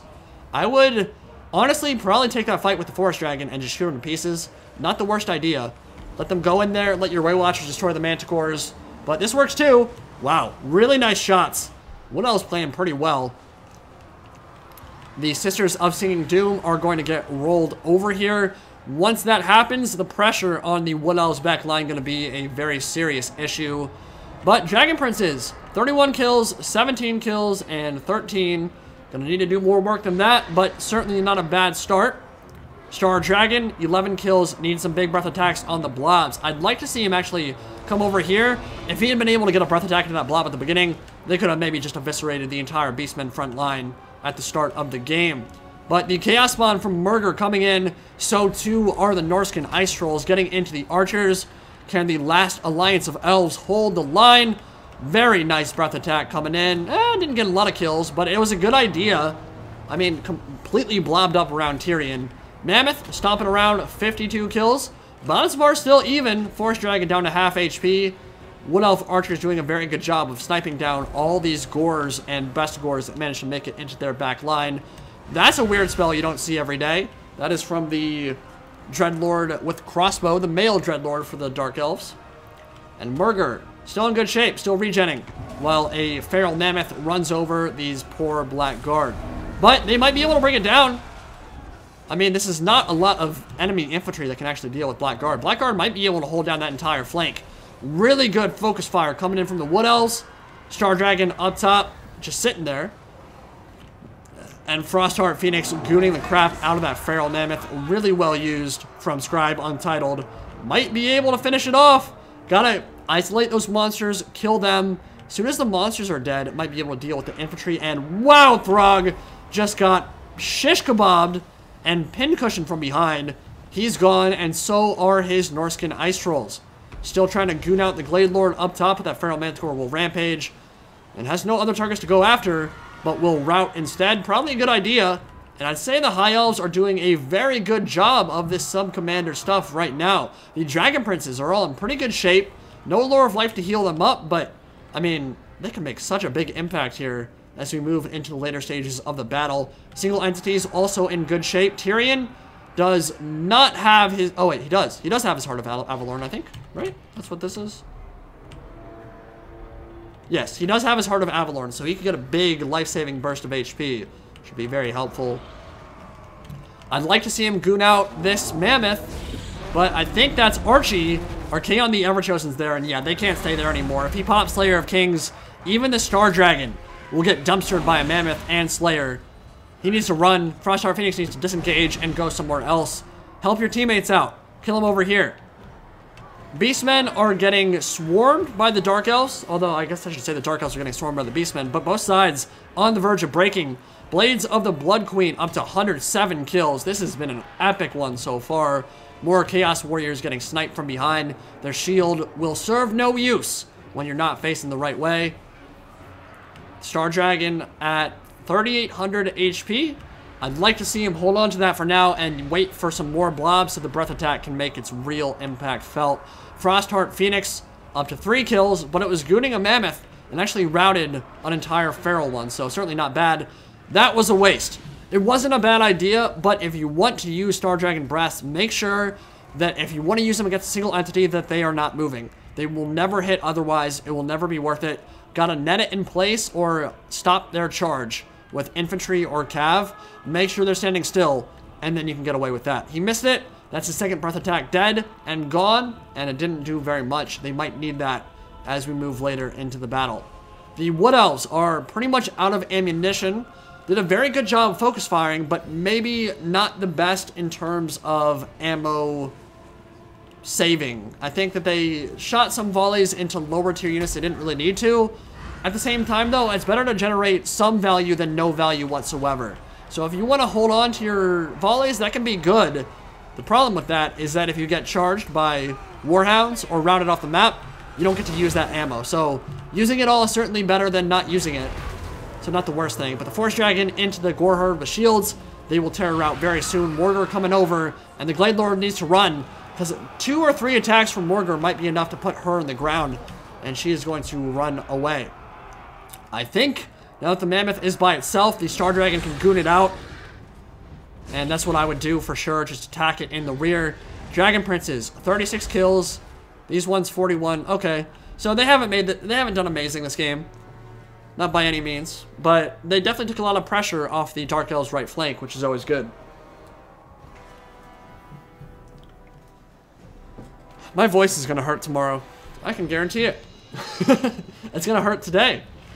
Star Dragon, how about we take some nice big old bites out of Mammoth ass?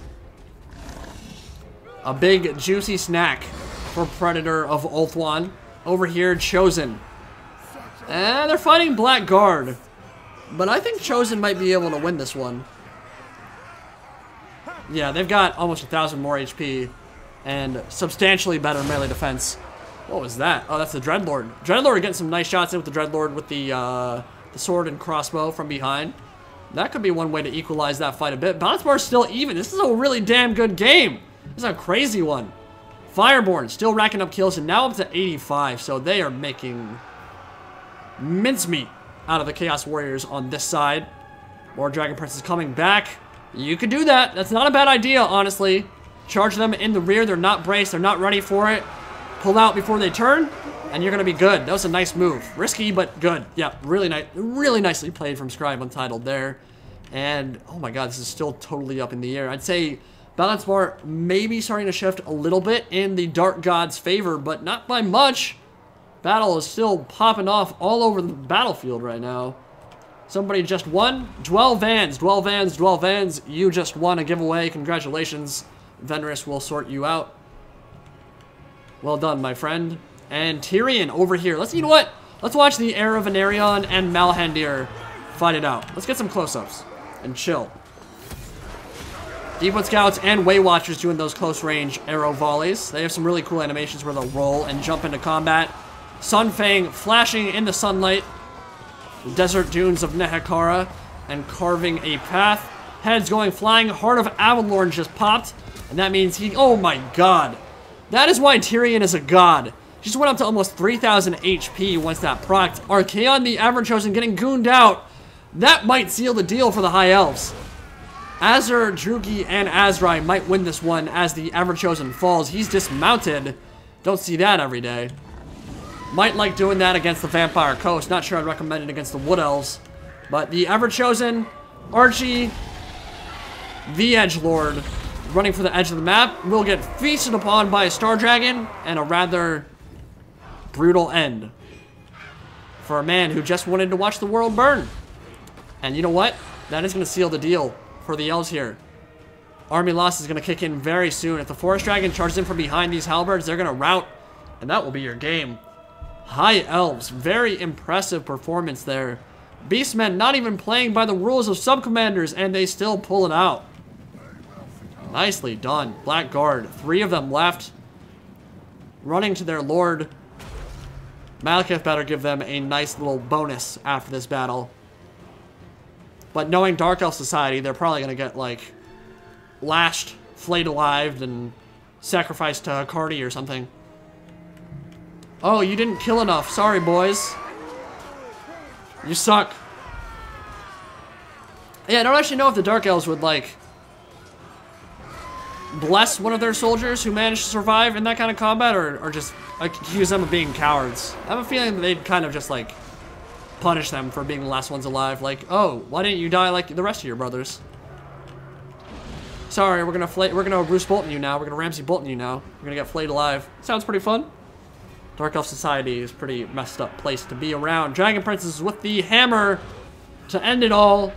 Blade Lord over here terror routing some Chaos Warriors with great weapons, and seconds from now, I think that army losses penalty should kick in. Damn. Well played from the Elves.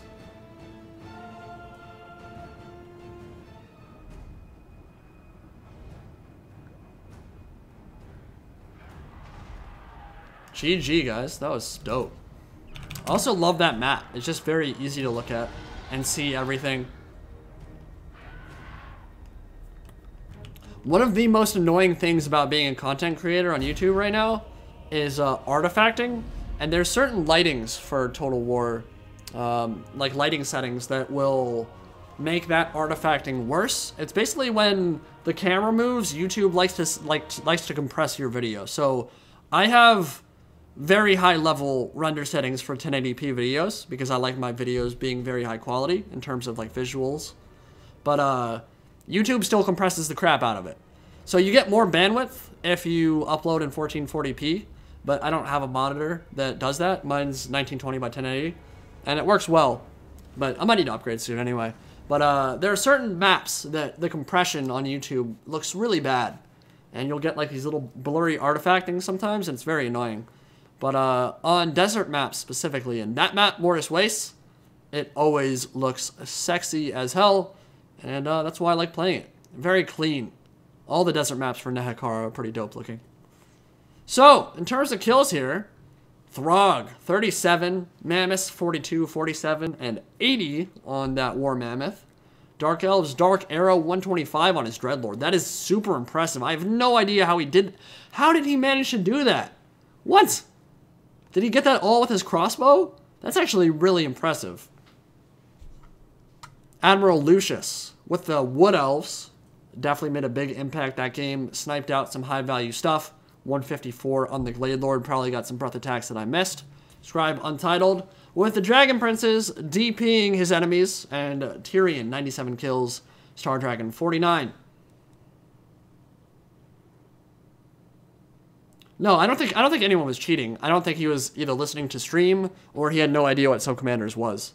So, yeah, it's not a problem. I mean, not a big deal one way or the other. Ended up being a very good battle. That's all I really care about, right? Yeah, who's gonna cheat on a birthday stream like that?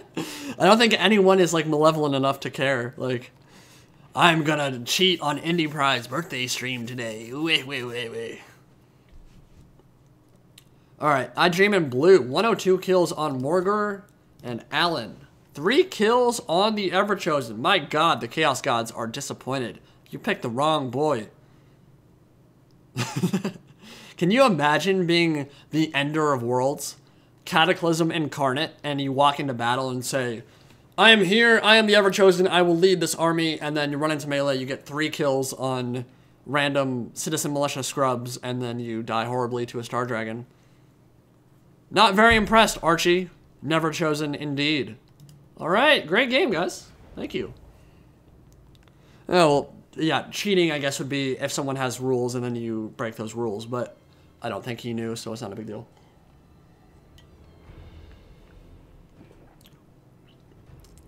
Get off the TV, son.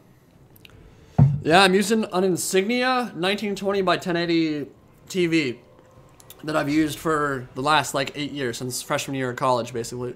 And it works well, man. Like, it's perfect size for me. Picture quality is still good.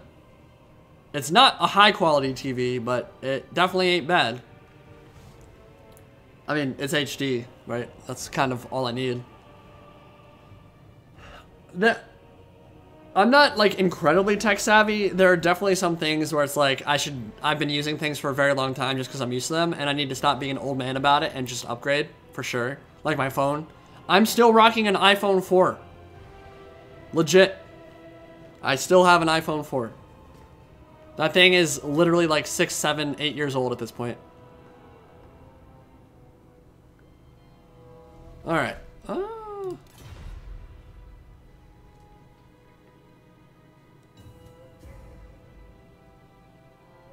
no, I wasn't calling you out, Alan. You were good, bro. Oh, yeah, you're calling out Everchosen, yeah. I did call out your Everchosen. Poor guy, 3 kills. On foot, feels bad, man. Alright, so what are we doing? What are we doing? Do you guys want to switch to SFO now? What do you want to see? Is there anything more you want to see on vanilla before we make the switch? How do you want to do it?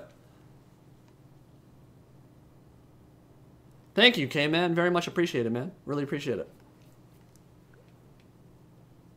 Yeah, that's the thing with my phone, though. It's like, it texts, it calls, it surfs the interwebs. I don't really need much else.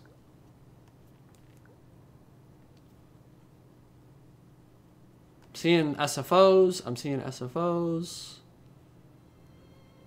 Well, I don't think we're doing siege battles today. They're just going to be too laggy, I think. War of the Beard. I'm seeing a lot of SFOs.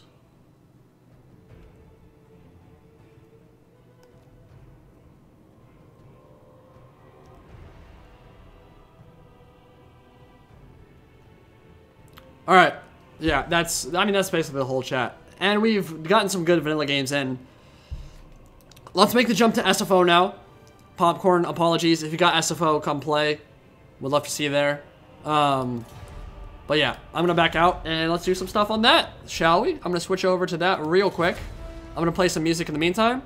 And let's take a 3-minute intermission and while I get that stuff set up. So I will see you guys very, very soon.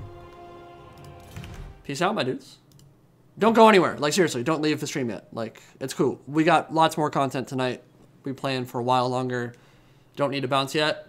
We got plenty more content on the way. Play the music. Let's go. What's a good song? Let's do Murderous Price. It's a great song.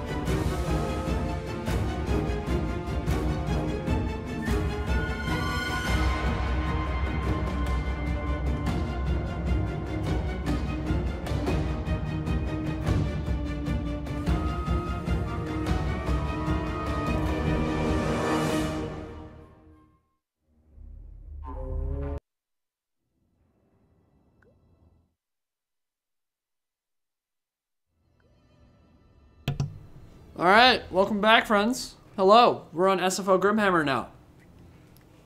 Chillin'. And you know what? I think, in honor of the Rat and the Serpent DLC we know is being announced soon, let's do Skaven and Lizardmen Subcommanders on Grimhammer.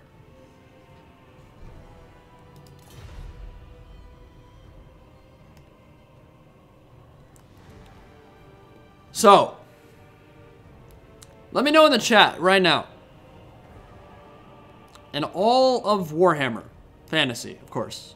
I mean, 40k is cool too. If you want to share your 40k stuff, feel free. What is your favorite unit not yet in the trilogy? What are you? What's the one unit or lord, I guess, you're most excited for in Warhammer 3? Let me know in the chat below. You guys know what mine is. For me, let's do Lord and Unit. I'll do Skull Crushers of Khorne are without a doubt my favorite Monstrous Cav. That's what I'm looking forward to the most. That's going to be my unit. For my Lord, I said Glotkin already. That might be the model I'm most excited for, but I don't know if it's the single. Lore-wise, I don't think they're the most interesting. In fact, a lot of the stuff that arose in the end times was kind of Mary Sue, even for the Chaos guys. Glotkin were definitely Mary Sue, no question about it. They just somehow happened to come out of the Chaos Waste and be as good as Vlad von Karstein or anyone else. Otto Glott literally fought Vlad von Karstein to a standstill at Altdorf. Pretty stupid, but awesome. I mean, like, it's an awesome design. Don't get me wrong. It's just crazy that he could do that. Actually, I think Vlad stabbed him with Blood Drinker, and because his sword, there was actually a bit of retcon going on there. His sword drank the blood of Otto Glott, which was all plaguey and gross, and so he got nasty and wanted to throw up, and he ran from the battlefield because of that. I think in the army books it said that he drank his blood by himself, which would be even more stupid, because at least like Blood Drinker could maybe slip your mind, but you're like a 2,000-year-old vampire. Like, it really shouldn't be slipping your mind when you're fighting a plague lord of any type. But Glotkin, probably not my most anticipated lord. Who would that go to? There's some really cool ones coming. I think one that would be out of left field that no one would expect, that would be awesome. Definitely not my top tier lord. I'm gonna say Gark Ironskin for the Ogre Kingdoms. He's from the Ironskin tribe, and he rides a mechanical Rhinox. Very similar, actually, to what you'd see from a Blood Crusher or a Skull Crusher. Very similar to a Juggernaut of Khorne. But it's an Ogre version, and it looks badass. So you're getting the Ogre element, and you're getting the Steampunk element combined. I know some people don't like all the quote-unquote 40k designs we're going to be seeing in Total War Warhammer 3, which I guess I understand, but I disagree.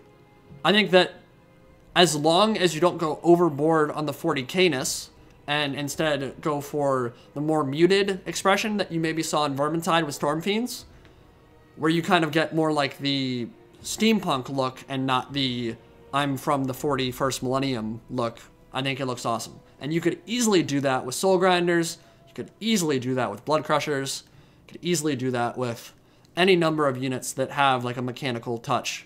And whether you like it or not, the forges from the warp and that kind of stuff, like, that is kind of their aesthetic anyway. Like, it's supposed to be a little bit futuristic because it's not from this world.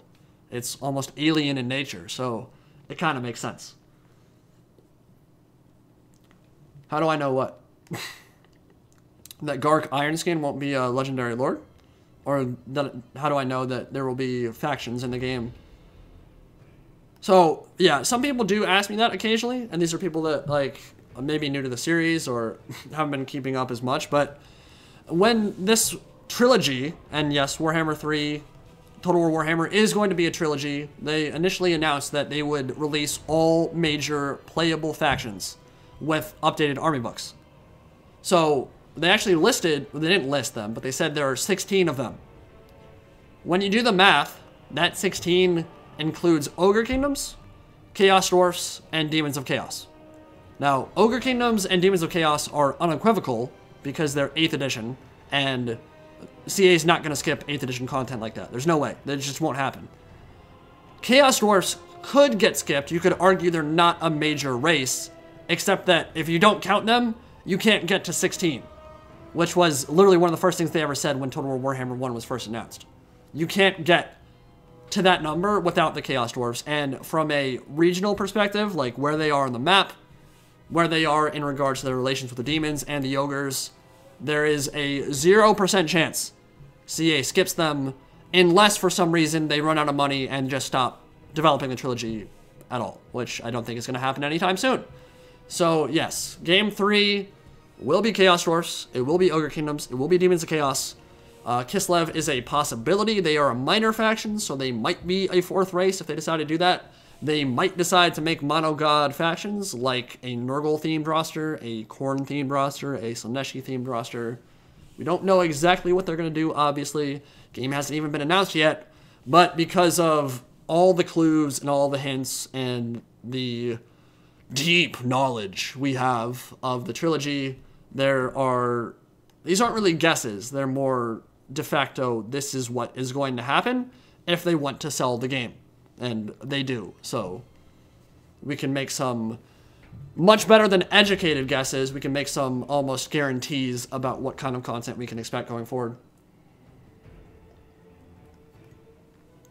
Okay, are they getting ready?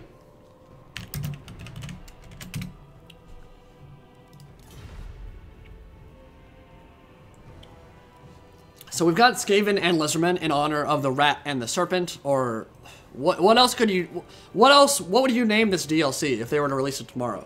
If you look at the Lizardmen army book, literally one of the first pages when they start talking about Sotek is literally called the Rat and the Serpent, which is why it's kind of developed as the name that everyone expects. It's the same reason that I figured Queen and Crone would be Hellebrand and Alariel like a year before it ever got released. They weren't even working on the DLC yet, but it was just too logical a name in terms of a convention to like skip, you know? So Rat and Serpent is probably going to be what it's called, but we don't know. It could be like the Grey Seer and the Prophet, or if they do Thankwall, Tenenwa's Prophet of Sotek. What else could you name him? And the Snake. No, Snake sounds bad. You definitely use Serpent. It's probably going to be Rat and Serpent. That's probably just what it's going to be called. Yeah, you could go like the Claw and the Prophet, or the Grey Seer and the Prophet. Who's your money on for the free LC, Lizardman Lord? I want it to be Nakai. I think Nakai would be by far the coolest. Get an albino cross-score Lord in Albion. Would be so amazing. But there are others. We can list off the names of characters for Lizardmen that are not in yet. Lord Croak is not in. He's a Lord level character. The spellcaster Mummified Mage Priest. And he is the quintessential Warhammer caster. Could break apart Morslib as it crashed towards Earth. Could probably take Nagash and smash him in a 1v1 magical fight at the peak of his powers. We could go with Nakai, the albino Kraxgor, but he might not ever lead any characters because he's more of a Green Knight in the lore than he is an actual leader. But I say that, and Gilles Le Breton ended up leading armies in the end times, so maybe Nakai will do so as well. There is Tedo Echo, the Skink Prophet, Chief Astromancer of... I can't remember what city. Maybe it's Lanwapek? I don't remember. But Tedo Echo is a skink character that was given a palanquin throne, like the Slan Mage Priest ride, because he's so important and so good at casting. And then there's Tic-Tac-Toe, who is a Pterodon rider, kind of a melee beast. Am I forgetting anyone else? Gorak, obviously Gorak, the Great White Lizard out of Itza. And then there's some hero characters as well. The Eternal Star Chamber Temple Guard, Chakax the Eternity Warden is there as well. Temple Guard character. There's some very cool ones. So it could be any of those. I honestly have no idea who it's going to be. But it will be Lizardmen because they're the only one that have not gotten a free LC yet. Why it takes a year and a half to do so, I have no idea. Ask CA. Oxyotl, yes, of course. Oxyotl is the chameleon skink that got trapped in the warp for about 2,000 years and came back and was a hell of a lot wiser and a hell of a lot stronger. Because what demons don't kill you make you more badass. And he literally hid out in the warp for a very long time. Killed a bunch of greater demons, came back and said, "Hey, yo, I'm back, homies. Let's defend our temple cities, eh?" 10 Zloty, the Oracle of Croak. I don't know if... Was he ever in any army books? I know that he was probably mentioned, but I don't know if he was ever a playable character in Tabletop. I don't believe he was in 8th edition. 500 people. Again, thank you so much for the support, for coming out to enjoy the stream. And thank you so much for watching. 100,000 subs. And my 27th birthday, coinciding within a week of each other. Exciting time in the life of milkandcookiesTW. Thank you for being here. Really appreciate it. So, what are we doing in this one? Subcommanders, SFO, Skaven and Lizardmen, Rat People, technologically advanced humanoid vermin, and big old dinosaurs, Jurassic Park style. Thank you, Sarge. Very much appreciate it. And maybe one day we will load in. When I got an SSD from Air, he actually sent me one after we met at the San Francisco event for Three Kingdoms. God, it made my life so much easier. Thank you very much to Air. He's been incredibly helpful in helping me pick out parts also for a new computer. Don't know when I'm going to fully pull the trigger on that, but I do need to do it. I mean, I can run this game on Ultra and not dip below 40 FPS unless things are getting real crazy, which is not bad at all because this is a pretty graphically demanding game. But my processor is an i7-4770K. It's old at this point. It runs well. It runs games well. Pretty much anything I play, like whether it's Battlefield or whatever, like I can run smooth over 60 FPS, but like if you want to stream and keep high quality and render at 1440p and do all this stuff, like I got a sick processor too. I think it's like an i9-7900X. Like, why not use that, right? Like, it's time to switch it out. Time to make that final build. This one gave me a motherboard too. There's a really good guy. All right, let's go over the builds. Are these Eternity Wardens? They are. Oh, those are Blessed Temple Guard. So they have a bleed effect, right? No, Cavalry Bane. So this is a new mechanic in SFO. High tier halberd units actually have a Cavalry Bane special rule that gives them pretty powerful debuff against enemy cap that prevent them from getting cycle charged, which is pretty cool. Something that the game, vanilla game, could honestly benefit from, I think. Lowering charge acceleration, lowering speed when they charge in. Basically, they charge in, their horses get gimped, get their legs chopped off, and then they're moving real slow.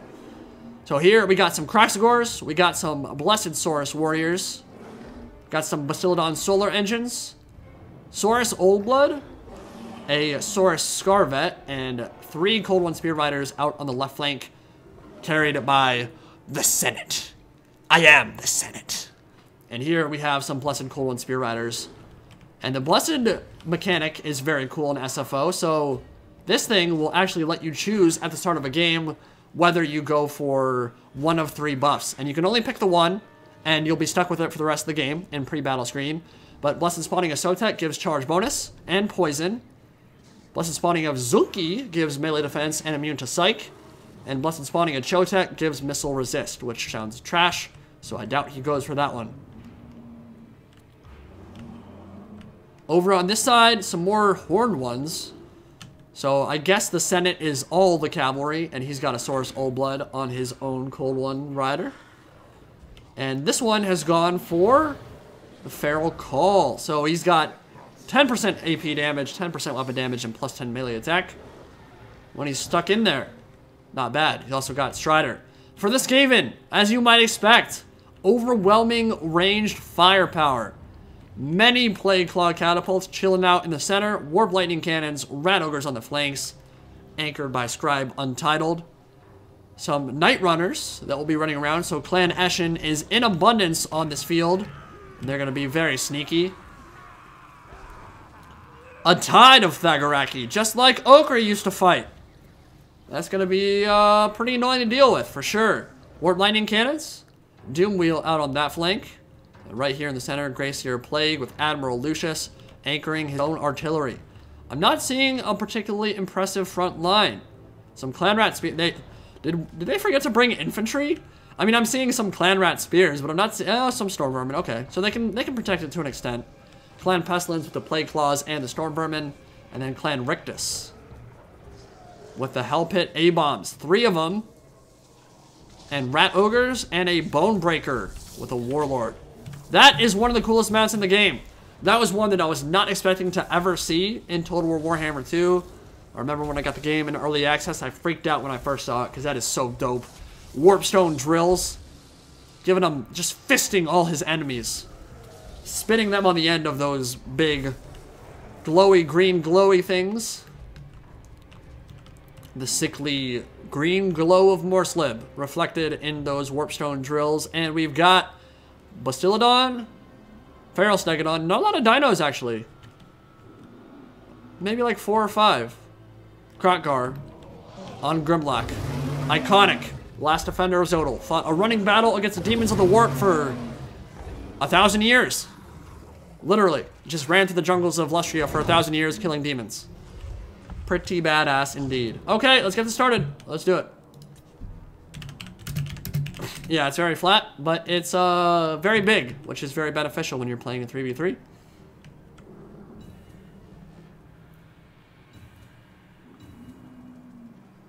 So, hedge your bets now, folks. Who's winning this game? Who's going to take the field? Lizardman or Skaven?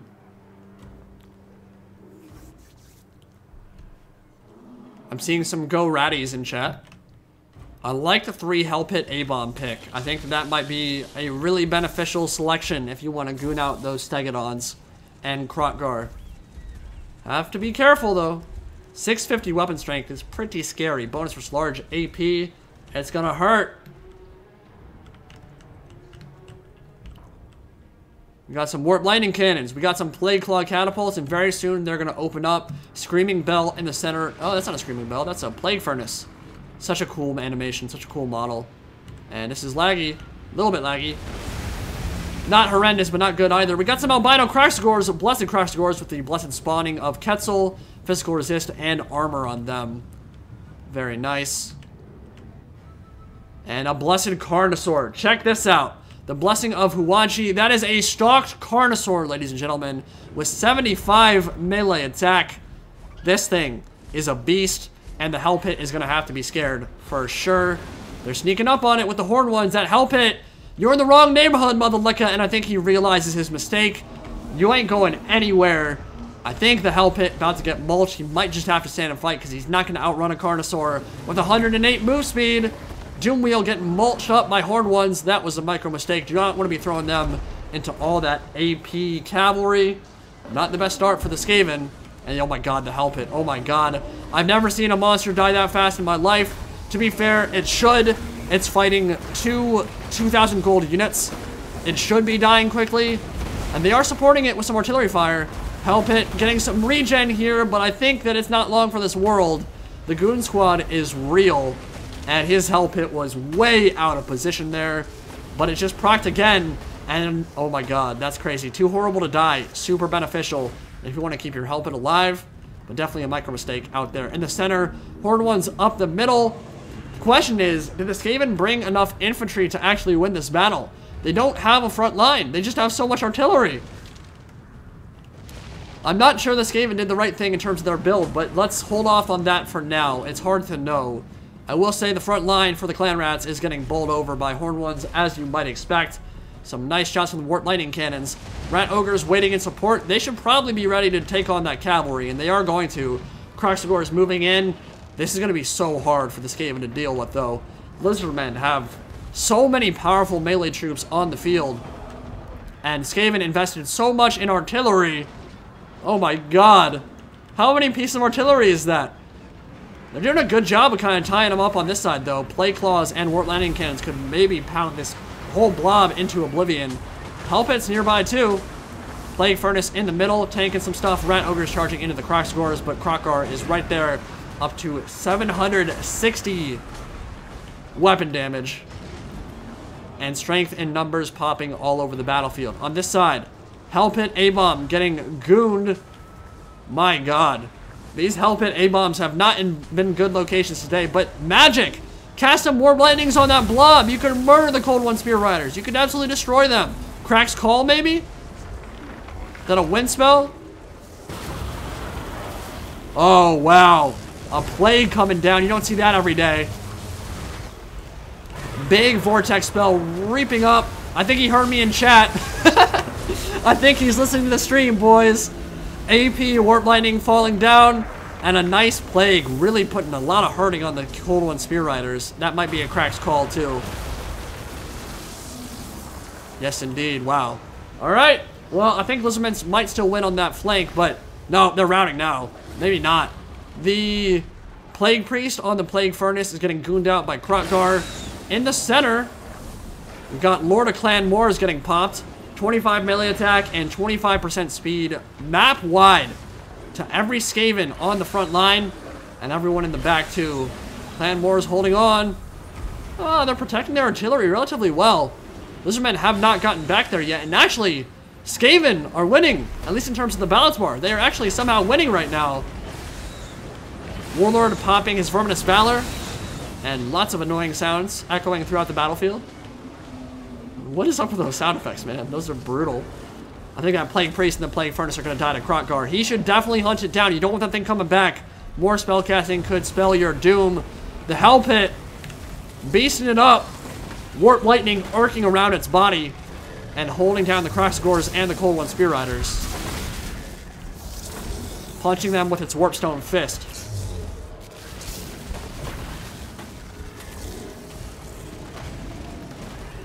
Beasting it up. Can it hold, though? Yeah, it's at 3,000 health and might get too horrible to die procced again. But Temple Guard are surrounding it. Alveritus is doing a very good job of making sure that Hell Pit cannot move. Artillery, unmolested at this point. Doing a very good job with destroying the infantry blobs for the Lizardmen. And very well played to Skaven right now. I was pretty dubious at the start of this game. I thought they might get rolled over. But the Night Runner, Eshin Blob, and the artillery is just shish kebabbing the front line for the Lizards, and Feral Stegodon routing. Plague Priest also soon to rout. Where the Lizardmen are going to have to focus all their attention at this point is on their left flank, where they can run over these Plague Monks and maybe get into the back line and finally shut down all those Plague Claw catapults. But it's going to be tough. Hell Pit Abomination has fallen to the Temple Guard and Horde Ones. Looks like another takes its place, or rather too horrible to die was not enough to keep it in the fight. The Bonebreaker in the wrong neighborhood. Crocodilian Kroxigors smacking it around. And RKO's out of nowhere. But looks like Bonebreaker not long for this world. 1,300 health left, surrounded by armor-piercing Bonefish Large Cav. Not going to be fun. Yes, Daniel Bryant, this will be a VOD afterwards. It'll be maybe like 4 or 5 hours before it's processed and ready to go live, but as soon as it is, it will be a video. Alright, Greyseer Plague moving back towards the center. Krotgar, what are you doing, my buddy? I have never seen a blob more impressive than this one. I wish someone had a Coven of Cassadora to explode Clan Eshin into the next dimension. My lord. I have never seen anything quite like that. That is a true Vermintide. Someone blow those Raki into the next millennia. My god. Blessings of Filth going down. And Cold One Spear Riders being defended against very well by the Skaven. Their Storm Vermin and their Clayrats have blocked a lot of these cavalry charges. And the Hell Pit Abominations forced them to blob up. I think if the Lizardmen hadn't gotten so blobbed up around those monsters, wouldn't have lost all their cav and wouldn't be on the back foot right now. But this game is far from over. Old Blood is still around. Krotgar is still around. Probably get some healing done. And they're still fighting on the front line too. Kroxigors are there. So are the Hell Pit Abominations and the Scarvet. Let's see if we can find that Scarvet. Oh man, he just tossed that poor Ratman up into the air. Oh yeah. Nice, nice lag. That's not FPS due to the stream. That is literally people with less than ideal computer setups. But honestly, in a 3v3 this big, it's not that bad. Yeah, I mean, this had Oh my god, Lizardman army was tiny. I didn't even realize how tiny their army was. They have less than 1,000 men in a 3v3. That's like the size of one army. They went super elite, which might have been a mistake. Now that we're looking at how this is going, and I think with Krokgar going down, the Children of the Horned Rat might take this one. Temple Guard beating the crap out of Plague Priest summons. I hate that sound. What is that? What is that sound? Oh man, those Plague summons are getting decapitated and dismembered. Might get rear charged by some Cold One Spear Riders too.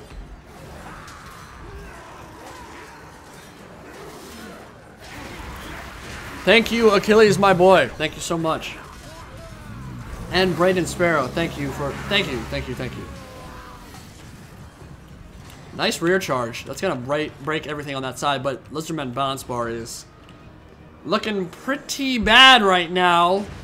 I don't know if Temple Guard are gonna be able to take this battle. Blessed Temple Guard, only 55 kills, less than I would have expected. And the Vermintide is completely surrounding them.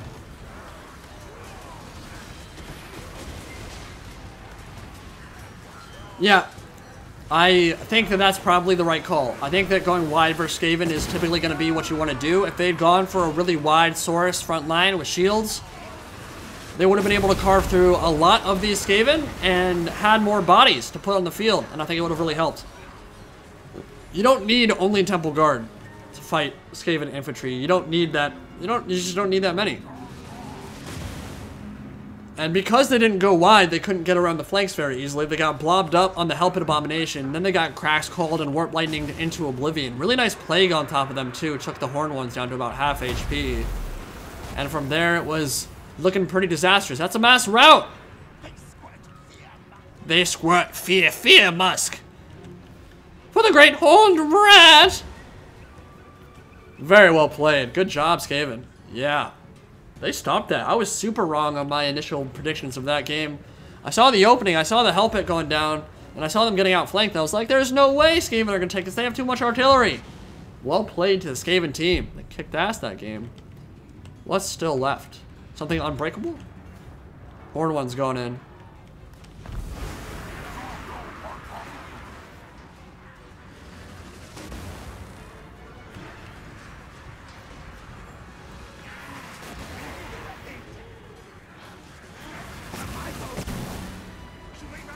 Some very nice shots coming in from the Warp Lightning too. Making sure that Solar Engine does not come back. That'll be your battle. Ooh, daddy. Do I think Tzeentch was the right choice for a Lord spot? Well, he's free LC, so he would never have been my choice, ever. We might get to see him move to, what is Crookback Mountain in the Darklands in Total War Warhammer 3, which would be very beneficial because I don't love his spot in Nagaron. Doesn't really make any sense. He's free LC, so to an extent, beggars can't be choosers, because it's like, you're getting a free Lord, like, okay, I can understand why they wouldn't want to put, like, a massive amount of time, effort, and energy into modeling a new one. But, like, let's all be honest, Tzeentch is pretty boring. Doesn't really offer a whole lot to the game. There are others that are much cooler. Clan Boulder dudes. Really any other Skaven Lord from the army books would have probably been better, except, like, Neil Squalltooth, or Squeal Gnawtooth. There are a couple, like, weird ones that, like, I don't really need to see, but obviously, we would have all rather had, like, Gracier Thankwall or something else. Are they friendly firing their own? Yes, they are. That is very Skaven-y. Admiral Lucius, friendly firing his own clan rats and slave rats. That's actually super funny. What is still on the field? Why is the game not over yet? Those horn ones keep coming back. He's just like, you know what? Let's decimate our own troops. Kill 1 in every 10. We're the Skaven. Less mouths to feed. That's the game. Nice. Well done, Skaven. Yeah, no, I mean, there are some really cool free LC Lords they've done before. No question about it. Early on, there were some very weird choices. I mean, I think we all agree that Gorst was a big, like, WTF. Why? Vampires, without question, besides maybe Chaos, have the most important named characters in the setting. Like, why would you go for him when you had Wasorin, Usharan, You could even go for Conrad von Karstein. You could go for something crazy like Genevieve, something more outside the box from the lore. You could go for, obviously, Neferata. Why Gorst? Why? Why? But you gotta, like, just shake your head and be like, okay, I get it, whatever. I mean, it was their first Lord pack, so can't have, like, massive expectations there because they were still trying to iron out all their ideas. So, Lizardmen. Eon 1 fielded 36 troops because it was all dinos. I liked it. Didn't work out, but I liked it. Alvaratus with the infantry line. He did have actually a decent amount of Saurus, but those Temple Guard are so expensive. You know what? You know what? I think I just realized. I think we were playing on large funds. Which would, if that's the case, that's my bad. Because that should have definitely been a higher funds game because SFO is so expensive. But that was still cool regardless. Cavalry had a tough time. Horn ones used very well. Cold One Spear Riders, not so much. They got really blobbed up on the Hell Pit, then exploded into the next dimension. Admiral Lucius. The infantry formation worked out pretty well. Stormvermin held the line. Artillery for Clan Ashen did some work. And for Clan Rictus, Rat Ogres and Hell Pit A-Bombs did what they needed to. Block charges and held the line. Very cool battle.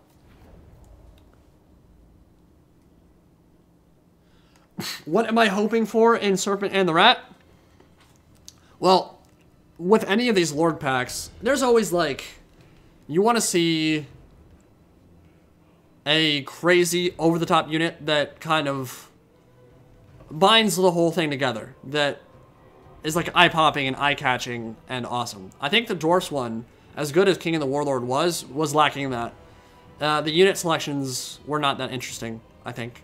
But then again, Dwarfs and Greenskins have never been my favorite faction, so it wasn't that surprising either. But for this one, I'd like to see like a Troglodon or maybe the Greater Demons of the Great Horned Rat. That'd be pretty cool to see those avatars, Vermin Lords, make their way in. Vermin Lords are awesome. I don't think we'll see them until an End Times expansion, if it ever happens. I don't expect to see Vermin Lords here, but I think a Vermin Lord would be really cool. But they would outshine even Ikit Claw or Thankwall. Like their model is so badass. So I think Troglodon is a realistic expectation, but that doesn't mean it'll make it in. I think it's a monster that would kind of bind the whole thing together. So I'd love to see that. What else would I look? I mean, obviously the Regiments of Renown, we're going to see an albino guard of some sort. I'd be very surprised if that got skipped out on. In terms of the missing units, I think for Skaven, right now, it's Poison Wind Mortar. I'm 8 up with it. Happy birthday, man. Really appreciate it. Really appreciate the support. For Skaven, yeah, I think it's Doom Flares, Poison Wind Mortars. Crap. What else are they missing? Giant Rats. You could go for, like, those weird pox rats that are, like, brood horrors are a mount for some Skaven Lords. I think that might be Forge World. Obviously Giselles, obviously Rattling Guns. So at least like 3 or 4 of those, whatever combination you look for. And for Lizardmen, I think we will see a Temple Guard Regiment of Renown. Maybe like Eternity Wardens of some sort, because that's, well, something they're missing. Like Unbreakable Temple Guard would be sick. What else is there? Troglodon's missing. Ark of Sotek is missing.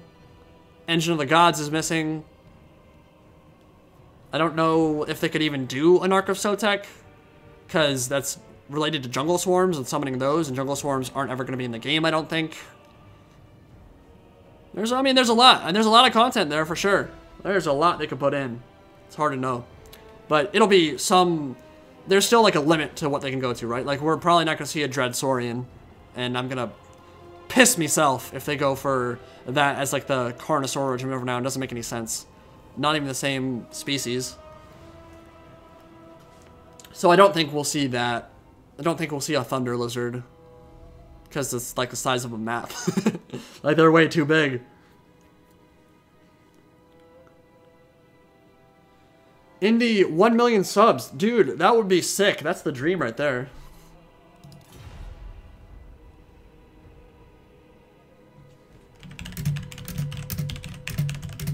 Yeah, we were on large funds, so I'm gonna change that.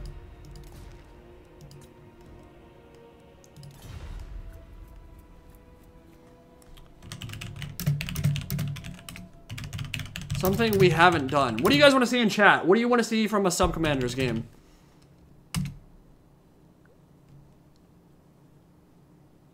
Maybe like an Empire Bretonia alliance or a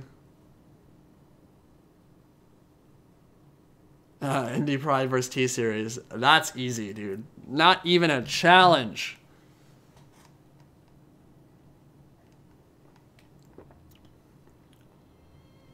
Could do an undead one. I think we did that before. It was like Ark in the Black. There was like Followers of Nagash. It was Count Noctilus, Arkin, and yeah, you could probably get away with one of the Vampire Counts factions. All three of those versus like Empire and Bretonia, or you could do Dwarfs. Dwarfs are actually pretty cool, and Subcommanders. We're gonna change the map though. Need another big one. What's another big 3v3 map?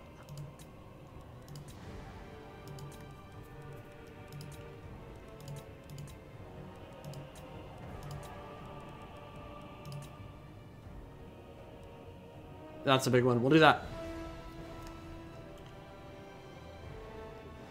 Seeing Vampire versus Chaos. I'm seeing Norska Chaos Beastmen. We just did that last battle, so probably not gonna do that again. Probably go Greenskins if someone wanted to. They could do WA. I think they're going for Empire Bretonia though. So yeah, Lucius, if you want to go Bretonia or Empire, you guys could walk that out, and Bretonia could be the Cav. And do you guys have 17,000 funds? Want to make sure it switched for everybody. The real question is, how long will my voice hold up?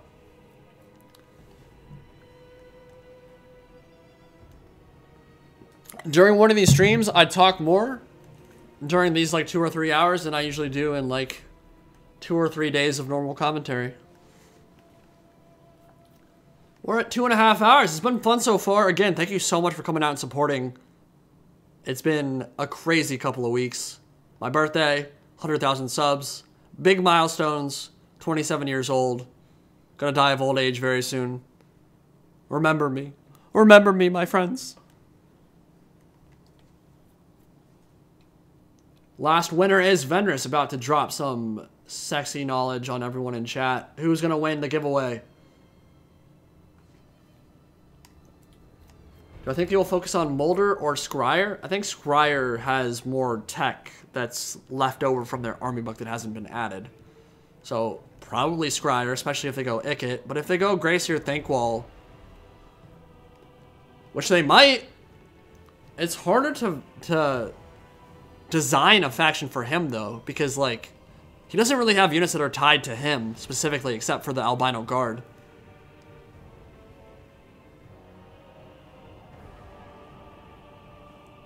I mean, logically speaking, Scryer probably makes the most sense.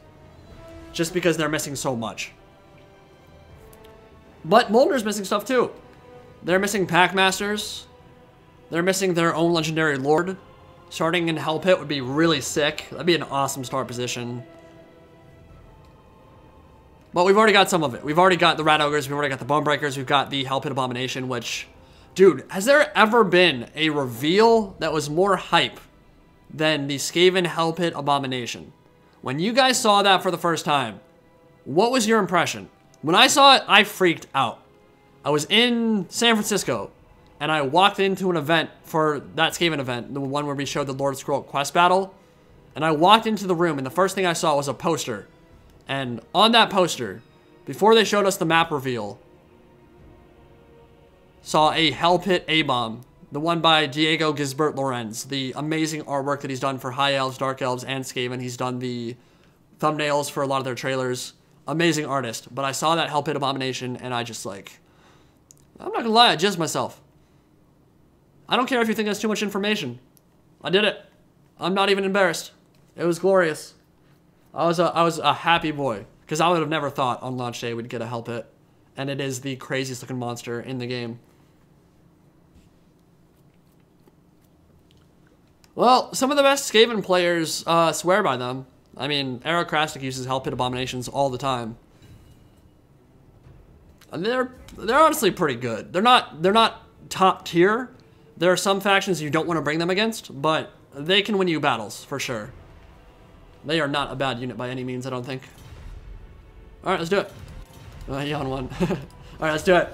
We got Bretonia. No, we don't. Bretonia is gone. It's Empire. It's Midland and 2 Reichlands versus Ark in the Black and Vampire Counts. Let's get it poppin' like Orville Redenbacher, as my homie Lil Wayne used to say. Hope you guys are enjoying the stream.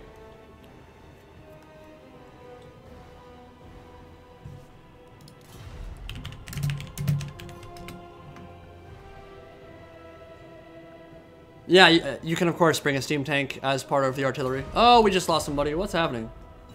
Did you just lag out?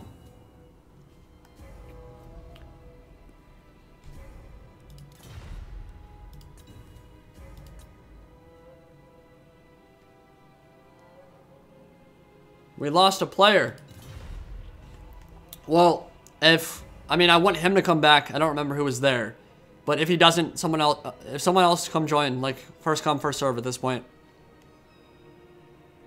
Game is called Indie Prude 100K, and there's no password. It's on SFO. So come join and pick an Empire army. Osuji with the 20 euros. Happy birthday, Indy. Been around since the, have you been OG? Since Shogun 2? It's since Rome 2. Since the Rome 2 days. Here's the next milestone. Thank you, my friend. Thank you so much for the support. Really appreciate it.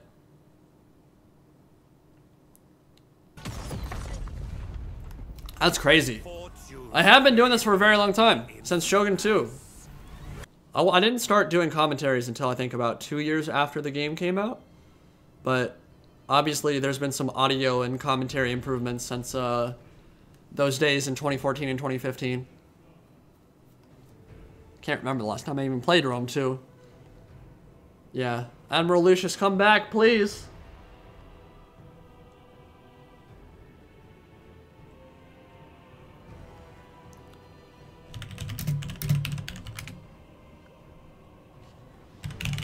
I might need to rehost. It might be one of those things that people can't join because the lobby's dead.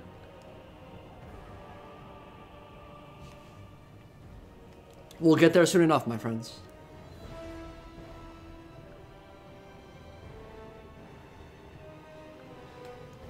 Carlos, it depends what you're into, my guy, but I would not recommend going down that rabbit hole.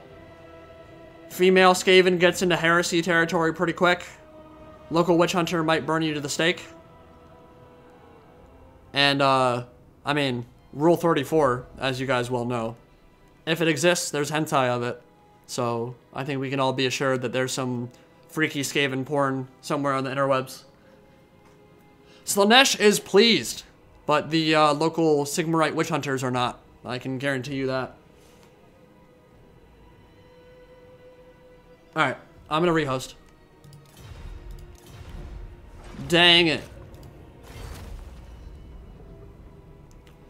New game name is going to be called...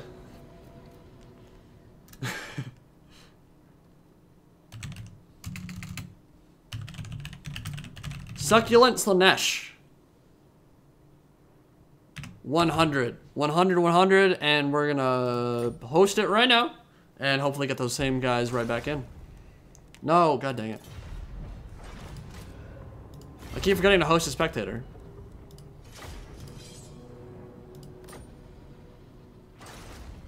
Alright, game name, Succulent Slanesh. It is up right now, come join.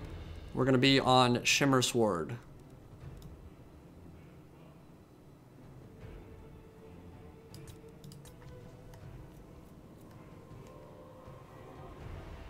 Yeah, we're only using Grimhammer right now. That is the only mod. I mean, we could maybe get a little bit more fancy, but then you start worrying about compatibility and it starts getting frustrating to fill up lobbies, so probably easier just to use one mod at a time.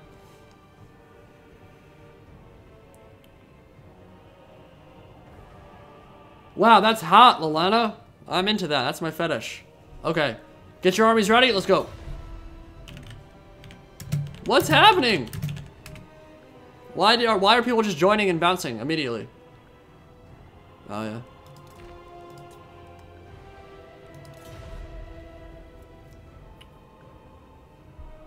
I need anybody who's in chat to come join.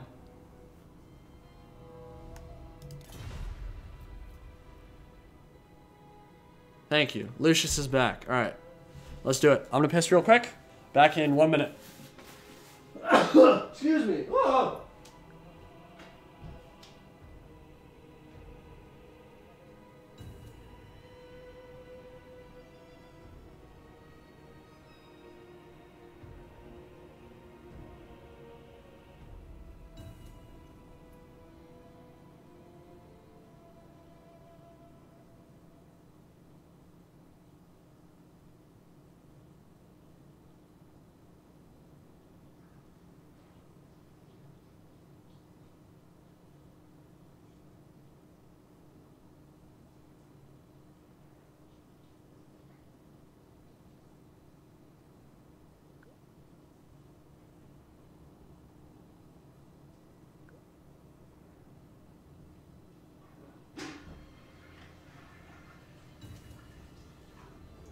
I have returned from my expedition. It was a dark journey, a perilous one, but I have returned. And I come back to you now at the turn of the tide. Let's ready up and play an effing game, shall we?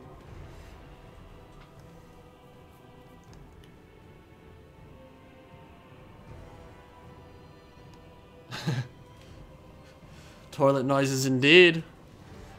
You know what really adds that nice flavor on top of a great stream? Flushing toilets. I mean, it doesn't really get better than that, right? The perfect garnish to a fantastic Slaneshi meal. Wash my hands? What? Who washes their hands after they piss? Nobody does that.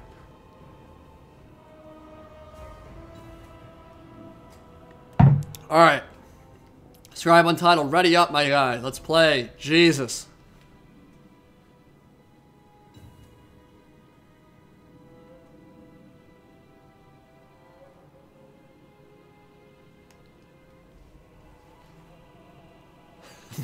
Nurgle it is.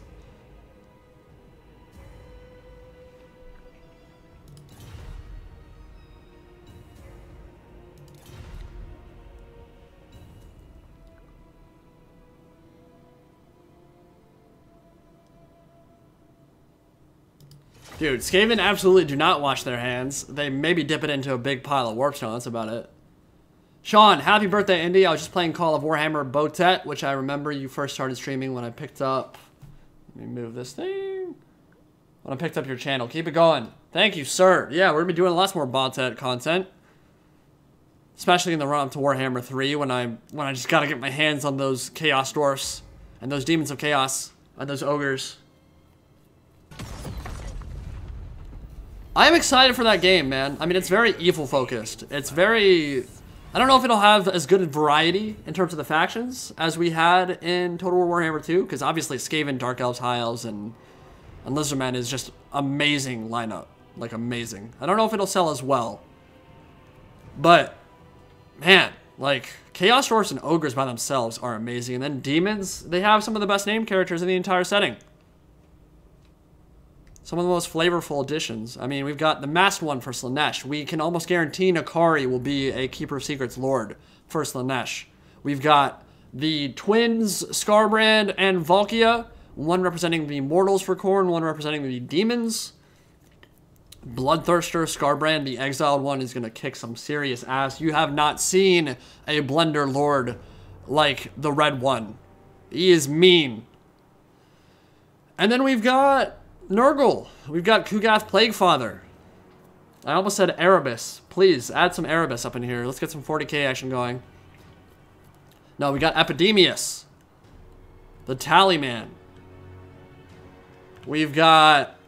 What's for Tzeentch? It'd probably be Kairos Fateweaver and either Village the Curseling or Agram von Horseman, who's one of my favorite characters, as you guys well know. The dude in the Total War Warhammer 1 trailer. Would love to see me some Agram von Horseman for Warriors of Chaos. So many cool characters on the way.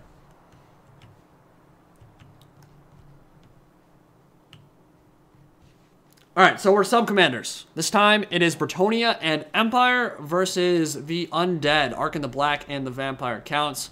They've got a long, storied rivalry. In the end times, Ark in the Black invades near Mousillon and near the La Masantal Abbey. Actually, that's an end times map. I believe, anyway. I do know that Gilles Le Breton, the Green Knight, and Abarash fight against a never-ending Vermintide in the end times at La Masantal Abbey, where Jarek and a few of the other crusading Bretonians make their last stand, and they fight until the world blows up, which is pretty badass. But Ark in the Black was there. That's where he kills Heinrich Kemmler in a duel, murders the Lechmaster after he turns to Chaos. Because Kemmler was never about caring about like necromancy in and of itself. He just did it for power. He was a power-hungry dude and crazy at that. So his turn to Chaos actually did make some sense. Because he was basically offered a lot by the Chaos Gods, and then Ark in the Black was like, if you're not going to serve Nagash, you're going to get your head popped. And that's exactly what he did. He 720 no-scoped him with his M40A3 ACOG Blue Tiger camo. And Heinrich Kemmler was no more. Rip Roonies. But they might be teaming up in this battle. Might be seeing them with the Vampire Counts and followers of Nagash. Thank you, Redion. Really appreciate it, my guy. Yeah, Galrout should have been in Warriors of Chaos. Interesting lore choice for sure. A Dragon of Tzeentch. Can't remember his original name. I know that Baldros, Egram von Horseman's dragon, used to be named Splinterwing. There was also a name for Baldros before he turned, but I don't remember what it was. Okay, let's go over army compositions, shall we? We've got the Claw of Nagash, the Mortis engine, in the center of everything, or it will be when all is said and done. And we've got the Senate commanding the infantry with Cairn Race, Graveguard, and a Mortis engine in the middle. Blood Dragon Warriors, new unit in SFO. Wonder if he'll keep them still. They've got bonus versus infantry, frenzy, the hunger, and magical damage. Pretty brutal. Dismounted, they can carve through stuff. Black Knights on the right flank. Alvaratis playing the cavalry with Blood Knights as well, and Varix Reavers. Take a look at these guys. Really cool looking. Black Grail Knights right here. They have a leadership penalty for anything they touch, and they have a very cool Bretonian aesthetic, evil Bretonian aesthetic. They have supped from the Black Grail, cast by Malobod. And they have, what is this? Curse of the Black Grail. Regen and 25% physical resist. Really scary cav unit. Really expensive too. So here we got some Blood Knights, some Cairn Race, Skeleton Archers, a Bone Giant. So it looks like Tomb King's be playing the ranged game. Ushabti Great Bows, Bone Giants, Casket of Souls. Really cool undead build for the undead here. And on the left flank, Varix Reavers, Black Knights, Lances Barding. Take a look at them. They have great swords. So they've been changed from what they are in vanilla. 55 weapon strength AP, that's gonna hurt. On this side, the Empire holds firm. Midland, Bretonnia, and the Empire of Man, Scribe Untitled with Wolfkin in the front ranks. Midland troops that are kind of like your flagellants for Midland. Religious Zealots of Ulrich. They'll hold the line as best they can. And they do have a bleed effect, I think. Yeah. That deals damage over time. On the left flank, Halberdiers. The Green Knight, Gilles Le Breton, rides to ruin. The Pelennor fields will resound with the fury of thousands of cavalry charging across the battlefield.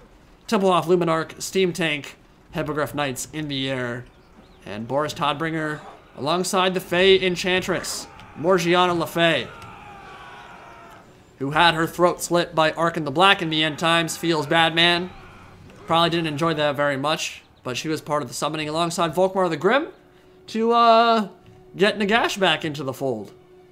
Hammer of the Witches on the right flank. Nolan Ironsides and a bunch of cannons. that's your build. How many troops are on the field here? 1,500 versus 2,000. So we've got about 3,500. Pretty big battle. And looks like we've got Dark Arrow playing the artillery and range game. Got Admiral Lucius playing the cavalry and flyer game. And Midland and Scribe Untitled playing the infantry game. See how it goes. Let's get it popping. Yeah, it might lag. It looked like it was lagging a bit when we were zooming up close. Hopefully whoever's playing in this one doesn't have trash computer, but we'll see.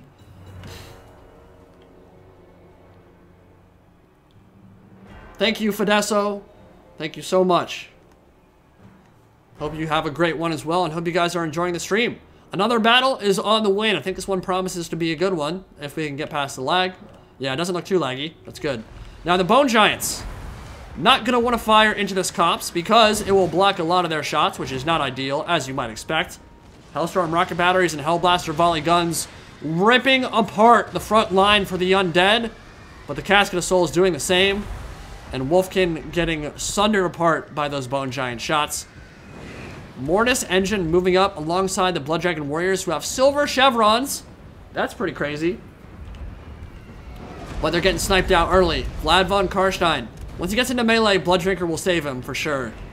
But, gonna take a lot of damage on the way in there. Looks like the Chill Guys are all the way out on this flank. And they're gonna get found, and they're gonna have to be very careful if there are Grail Knights nearby. But there aren't, they're just questing Knights. So maybe some kind of ambush could come out on this side. But the Green Knight and Fang Enchanters are there. He's gonna notice it. Maybe after listening to my commentary.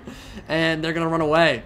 Luminarch ripping into the Ushabti and the Bone Giant, who's already down to half HP. Over here, looks like they got caught out. Chill Guys getting stuck in. Gonna hide foliage here.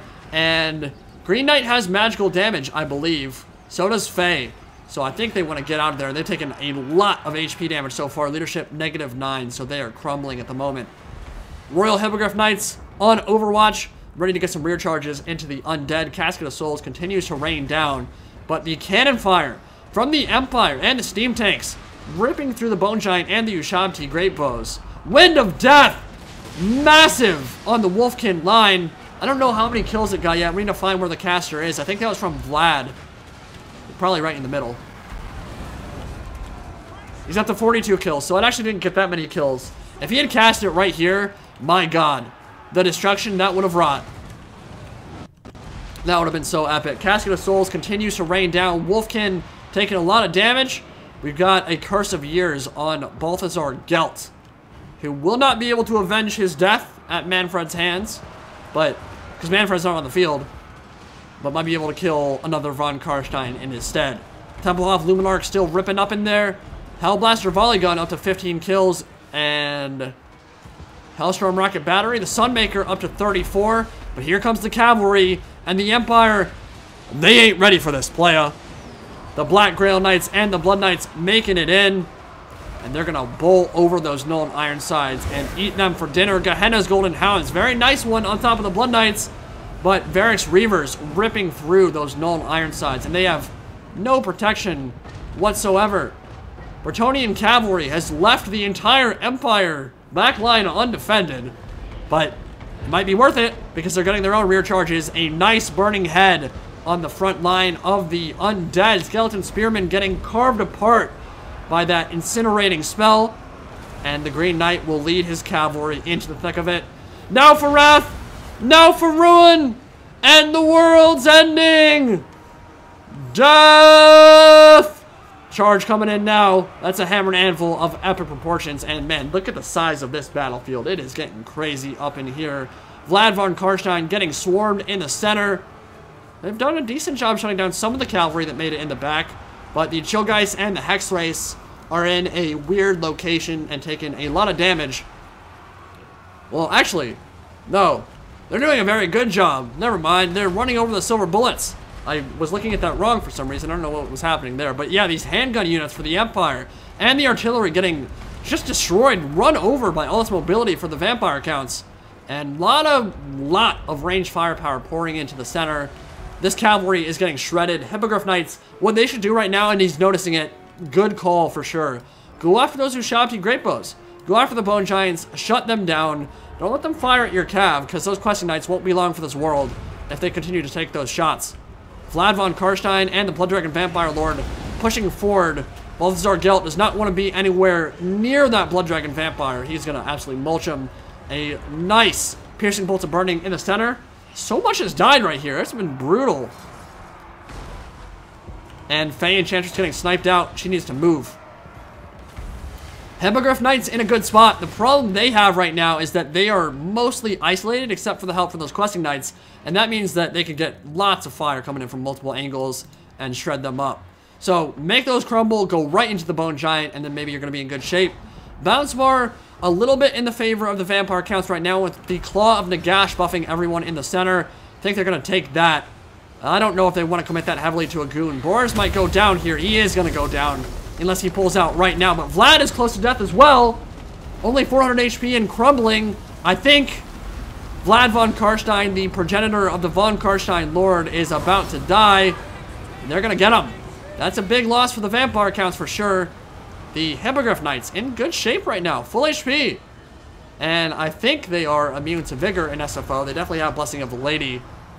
They could really do a lot of damage with the rear charge. Nice net to protect the Templehof Luminarch. Boris Tombringer routing, but I think we will see Tawny come back. And over here, Hippogriff Knights getting mulched by all this range firepower. Questing Knights as well. They're taking so much damage from all this range. Yeah, they're gonna rout. They're dead. There, yeah, that's one more volley. They're off the field now. So good job for the undead taking out care of all those flyers, making sure they were no longer going to make their presence felt. Vashanesh is still around with 300 HP. Blood Drinker is somehow keeping him alive. Green Knight in the middle of everything. Claw of Nagash just sucking the life from everybody, giving them the good suck. But I think Vlad has to die here, right? Surely. Surely Vashanesh should be dead at this point. Still crumbling, but still alive. And I think the Claw of Nagash Mortis Engine is actually keeping him alive. Oh my god, he might live. Vlad might live. Please commit more to Vlad. Finish him off for good. Oh, the vampires are taking this for sure. They're running away with this one. The undead armies have been too much for the last alliance of Bretonnians and humans. Because Bretonnians aren't humans because they have peasants. Get it? LOL. Poor guys. Those poor peasants, man. And the cavalry for Bretonnia has not done enough. Shield of Thorns trying to keep them in. Boris trying to go for the goon. And got a really nice attack off. Oh, he's at 4 HP. 1 HP, he's dead. Boris just killed Vashanesh. Vlad von Karstein goes down, but the Blood Dragon Lord pissed off. He's going to go in too. Hippogriff Knights swarm to their lord. Can the men hold the line against the Banshee and all this cavalry? No way in hell. Ushabti Greatbows are tearing them apart. Boris Toddbringer routes. That's going to be a mass rout very soon. Boris is dead. Everyone is dead. Undead take the field, and pretty convincingly while they're at it. Wow. That was a brutal one and a quick one. They committed so much to Vlad in the center, and he only died in the very last few seconds of that game. And his von Karstein ring will let him come back for the next battle. Very well played to the Undead Alliance. I'm not sure if Ark and the Black was on the field. I'm not sure who the Lord was for the Tomb Kings, actually.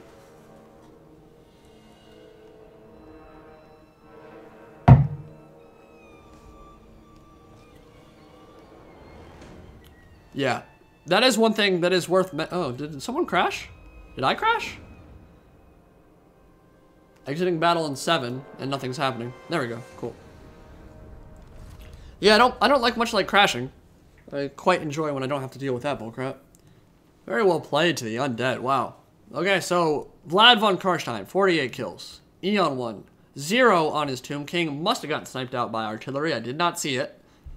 Alveritus and the Vampire Counts with his cavalry, I would say, made the biggest impact that game. Very impressive micro there. Blood Dragons and his Black Grail Knights got into the back line, ran over the handguns and the artillery, and turned it for the undead. Admiral Lucius and the Royal Hippogriff Knights and the Questing Knights did what they could. Certainly got some good kills on them, but the Green Knight got swarmed and surrounded by the Claw of Nagash and Vlad and the Blood Dragon Lord. The Bright Wizard, 101 kills with that burning head. Boris Toddbringer sniped out Vashanesh in the center, but wasn't enough to carry it for the Wolfkin and the Tüdingen Guard. And for Dark Arrow, Balthazar Gelt, commanding the artillery batteries of Nuln. And if they had been protected better, might have made a huge impact on that game, but unfortunately, nothing in their back line. No spears, no cavalry left in reserve to protect against those Blood Dragon charges, and they were feasted upon once the vampire counts closed the gap.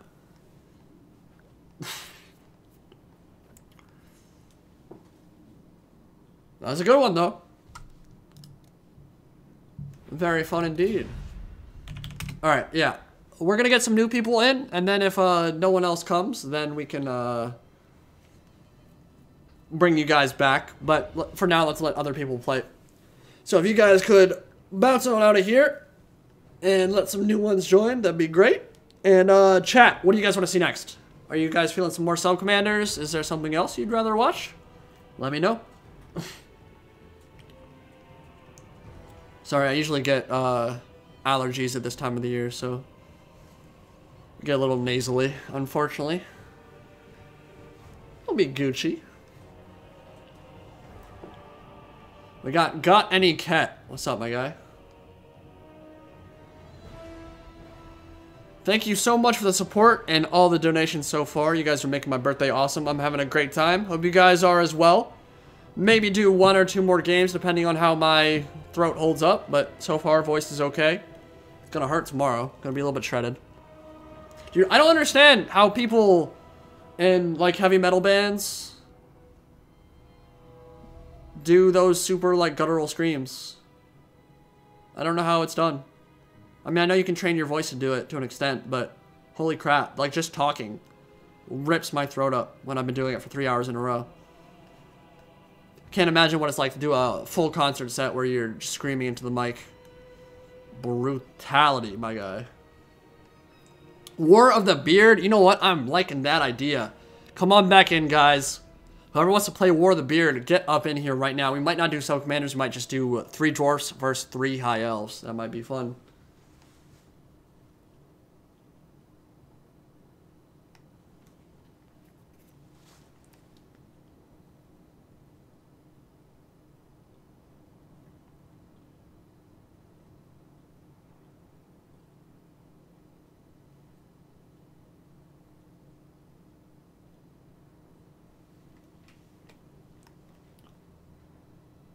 They use a much lower part of the social tract to do it. Feels like swallowing the words. So what, maybe that doesn't activate your vocal cords in the same way that speaking does?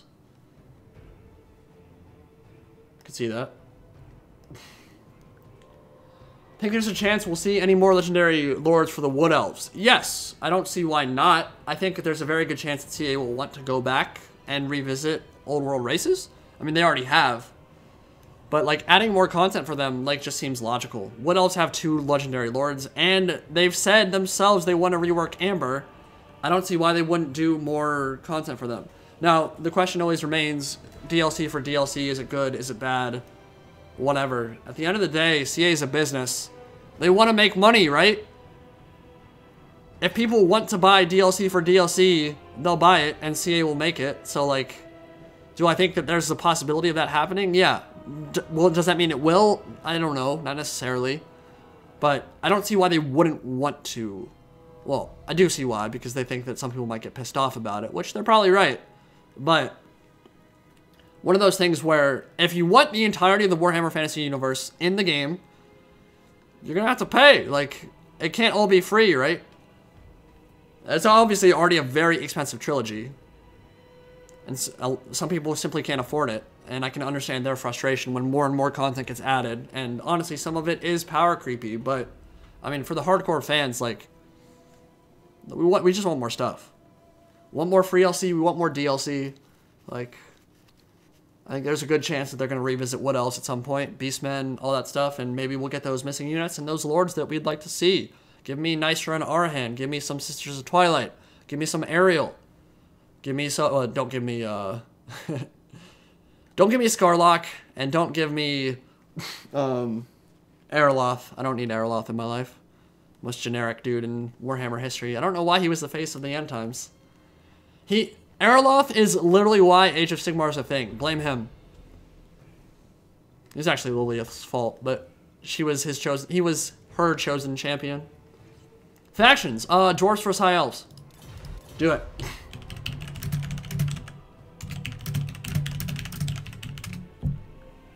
Yeah, the gate bug is, oh my god, it's annoying. Oh my god, oh my god, oh my god.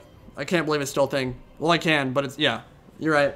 For those who don't know, gate bug is where you are attacking a fortified settlement, and especially against the AI, they'll put a unit that's nearby the gate, and the gate will open, and your units will run through, and then the gate will close. And then half of your unit will be stuck on the other side of the gate getting slaughtered, while you can't hit the gate anymore because it's technically open. It's awful. Really needs to get fixed.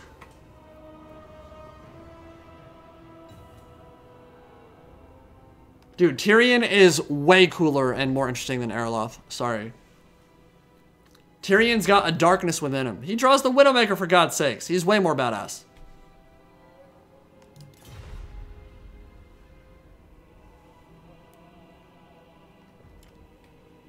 Screaming uses the diaphragm. That's where all the force comes from. The rest is the quick vibration of the vocal cords. Yeah, but I imagine it still reps up your vocal cords when you're training for it. Right? Oh, let's pick a new map, by the way. Oh, what's a good map? Sorry, guys. Gotta switch the map real quick. I want to pick something that, like, elves can actually do some flanking, which might mean MP Crossroads. Eternal... Oh, that's a cool one. Just don't want it to be too choke pointy.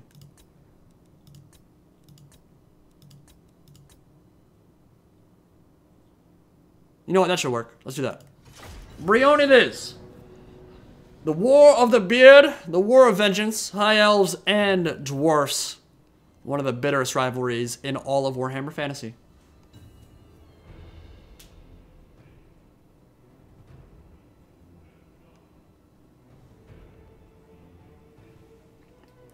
Do I think we will see any of the new mechanics of 3K in Warhammer 3?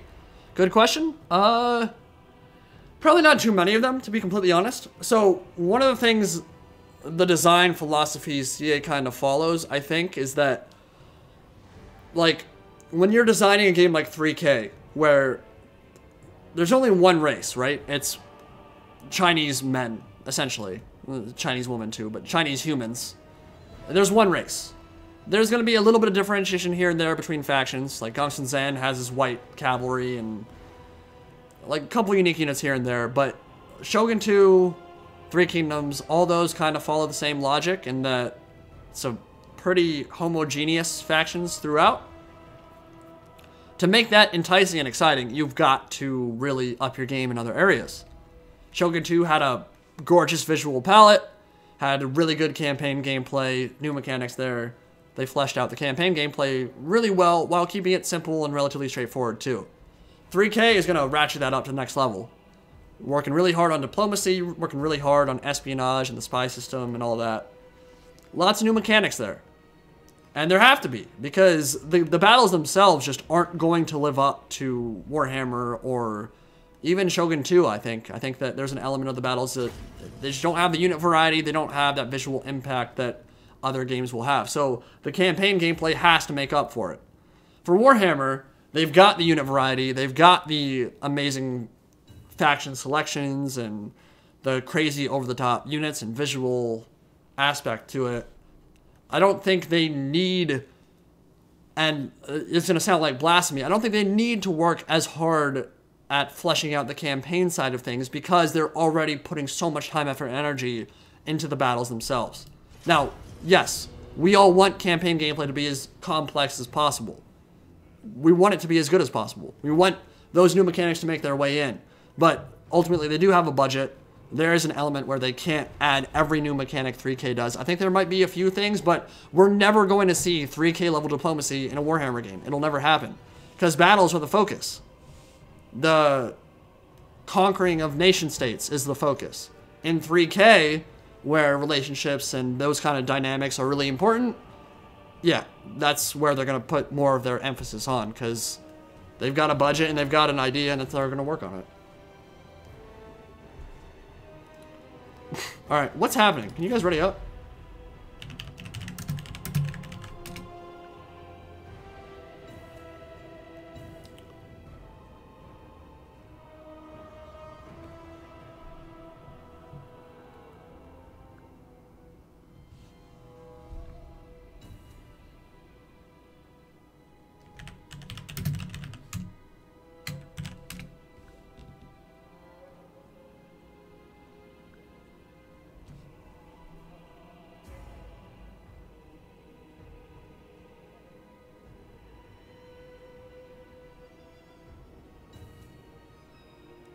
No, I do agree. Like, you still need to work on the campaign gameplay. You still need to make sure that because that's ultimately when you spend most of your time, right? Like, if you're playing a Total War campaign, the majority of your time will be on the campaign map. So you still need to make a visually exciting campaign map. You still need to add mechanics there, and they have. I mean, they have focused on mechanics in DLCs like the Tomb Kings, like the Vampire Coast. I think they've done a decent job of it. I just don't think you'll ever see the complexity you'll see in 3K and Warhammer because they're already working on so many other things. And they can't just one-to-one translate all the things they work on in 3K straight to Warhammer 3. It's just never going to happen.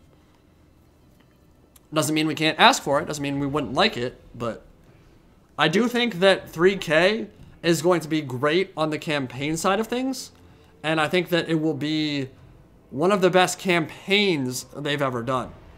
The battles themselves, from what I played so far, aren't amazing coming from Warhammer. This is not that they're bad, not that they won't be fun, but I think it will be very hard to live up to Star Dragon's strawberry milkshake breathing all over an enemy army, or Dragon Ogre Shagga stomping through a battle line, or a Chaos Knight charge slamming in from the rear and routing a bunch of Longbeards and tossing them through the air. It's hard to live up to that when you've got Chinese dude on horse, Chinese dude on foot, Chinese dude with a G halberd, Chinese dude with bow. Like, it's just never going to live up to that same thing. The extra unit sizes they've added will help, though, for sure. I mean, the extra ultra unit size will definitely make the cinematic aspect of it stand out a bit more. As long as it runs well, that's a big question. We still don't know how well it'll run. Can I do a couple chemistry questions? Yeah, shoot, dude. I'll just bust out my freshman year of high school chemistry knowledge right now. What do you need? See how much we can embarrass ourselves here.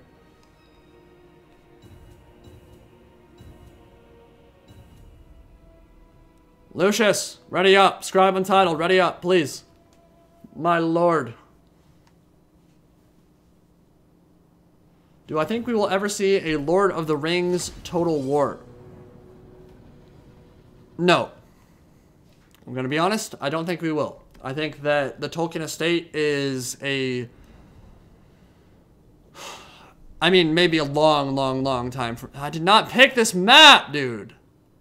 This is the most annoying bug in Total War Warhammer 2 right now. When you pick a map and it sends you to Vard Camp or one of the random Vampire Coast maps. Like, in no world did I pick Battle of Vard Camp. It might be big enough to play anyway. I'm not going to switch it, but that's really annoying. No, I think getting the rights to that game would be very difficult. And I think that there are...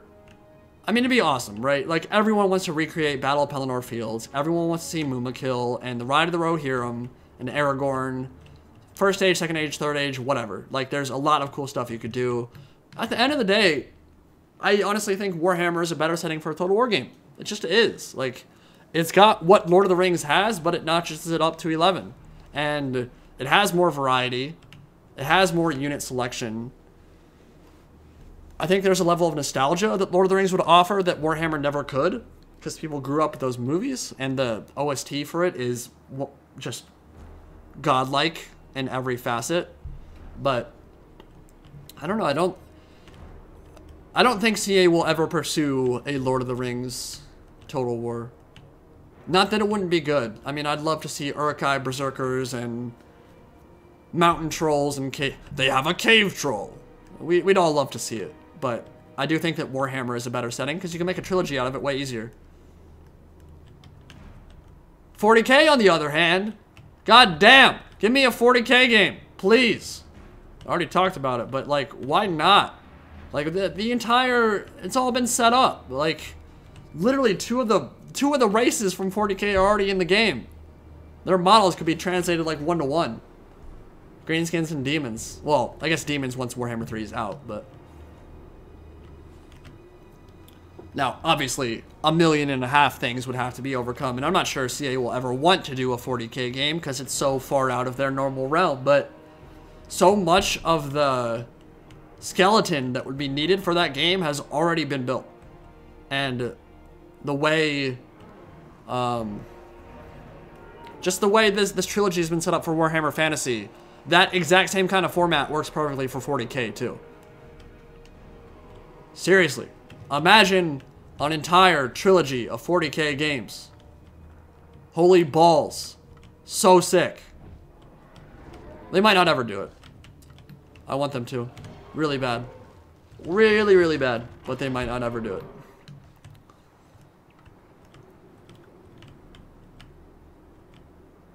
I came. I came indeed. Join the club, my friend. Tyranids, Necrons, Eldar, Space Marines, Chaos Space Marines.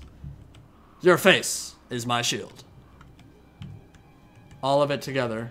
So good. What's another one that would be good? You could probably do like a Witcher Total War. I don't actually know that much about Witcher, but I feel like there would be elements of that that would be pretty dope. You know what I will say though? The best thing about a Lord of the Rings Total War? The maps.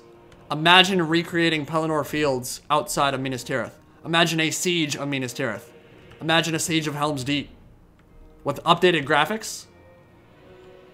With a real game that you would like to think is running well. Unlike Total War Attila. Rise of Mordor, which is not their fault. It's TA's fault for the horrible optimization Total War Attila has. But my god. The sieges on that game would be epic. Okay, I should probably go over army comps now, right? It's War of the Beard time. War of Vengeance, Dwarfs and High Elves. We got Dino with the Everqueen's Court Guards and Avalorn working alongside Handmaiden of the Everqueen, and I would imagine Alathanar, because he is Nagaraith. Spearmen, Puremain Company, Keepers of the Flame, only 18 of them, but my god, are they powerful. Tyrion on foot, all hidden in the woods. We've got Avalorn and a Treeman Ancient, or Treeman rather, Treekin, and I imagine Ilariel. Larry herself on top of a Great Eagle, Admiral Lucius, ready to send the trees into the fight. I love the tree men in this game. My god, they look so cool. Wow.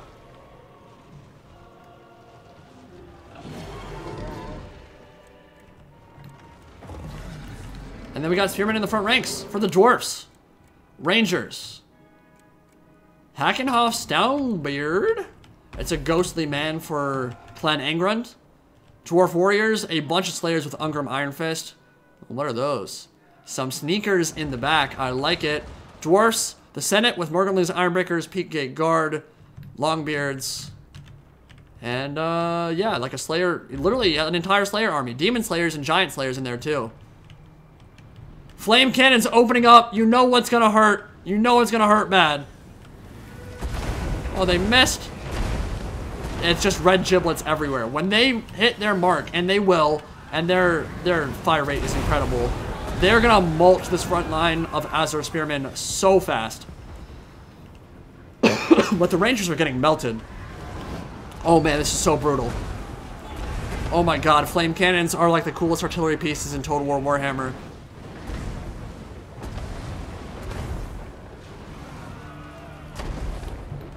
You're right, they should be called Spear Elves. You're so right.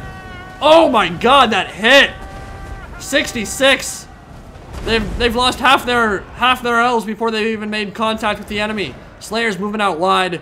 Avalorn and Nagaraith charging into the maw of the dwarf's defense, but it is butchery here on the front line. Sword Masters of Hoeth charging into melee, ready to run over these dwarf warriors, and that will be a quick one indeed. They're gonna mulch them.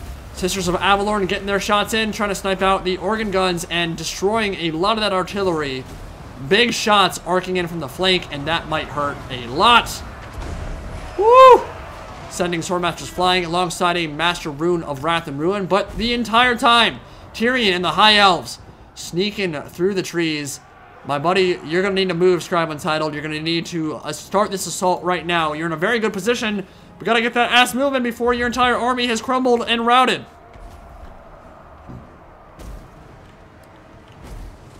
We've got Dwarf Warriors and Rangers out on the right flank, and those flame cannons now ripping into the Sisters of Avalorn. And I feel so bad about seeing those ladies get just get turned into little pieces of rotting flesh. That is exactly what's going to happen.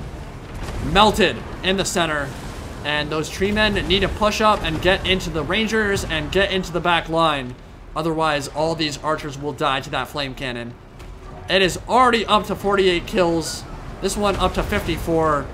My lord, making such a big impact here. We've got tree men, ancients, and tree men fighting over here. Alariel and a dwellers below.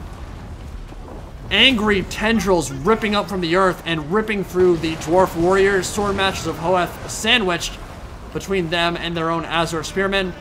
Tree men smacking around some dwarf warriors. And Tyrion into the back of Norgling's Ironbreakers. What can he do with Sunfang? What can the man do? Oh yeah, he'll get some kills soon. A couple more attacks. They got a lot of HP to cut through. Not the easiest thing to kill ever. Come on, Tyrion, do something. Oh yeah, there we go. Sick. Flame cannon, some friendly fire, hitting their own dwarf warriors, and those rangers going down. Won't be long for this world. Flame cannon up to 84 kills. Get a dragon in there. Larry in the fight. About to pick up a dwarf and send him flying to his doom. Wow, that guy just got dropped about 400 feet. No, it wasn't. It was more like 80, but looked pretty painful regardless. And some big shots arcing in. 115 kills now. As these units get more and more depleted, they will take more and more damage from those flame cannon shots. Into the white lines of Krace now. High elves pouring out of the woods. Defend your brothers! Rally to your king! The Widowmaker howls for the blood of Dawi. And a Rune Lord, you went... What? You went for Karak Kadrin and didn't go Ungrim Iron Fist with a Slayer build? What's happening? Imagine if Ungrim was fighting this tree man right now.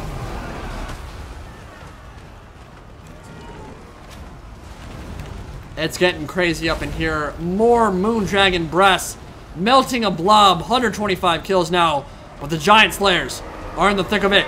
And those tree men are going to have to be careful, because these Giant Slayers can cut their way through pretty much any monster in the game. It's what they're born and bred to do. Battlefield drowning in the blood of Azur and Dawi. Their rivalry has never been more fierce. One of them pancaked by a tree man. And the dragon's still on Overwatch as a big heal. Helps out all three of those big tree spirits for the elves. And at the moment, I'd say this is going the elves' way. Backline is not completely shut down yet. But Thorgrim Grudgebearer writing in some more books of grudges.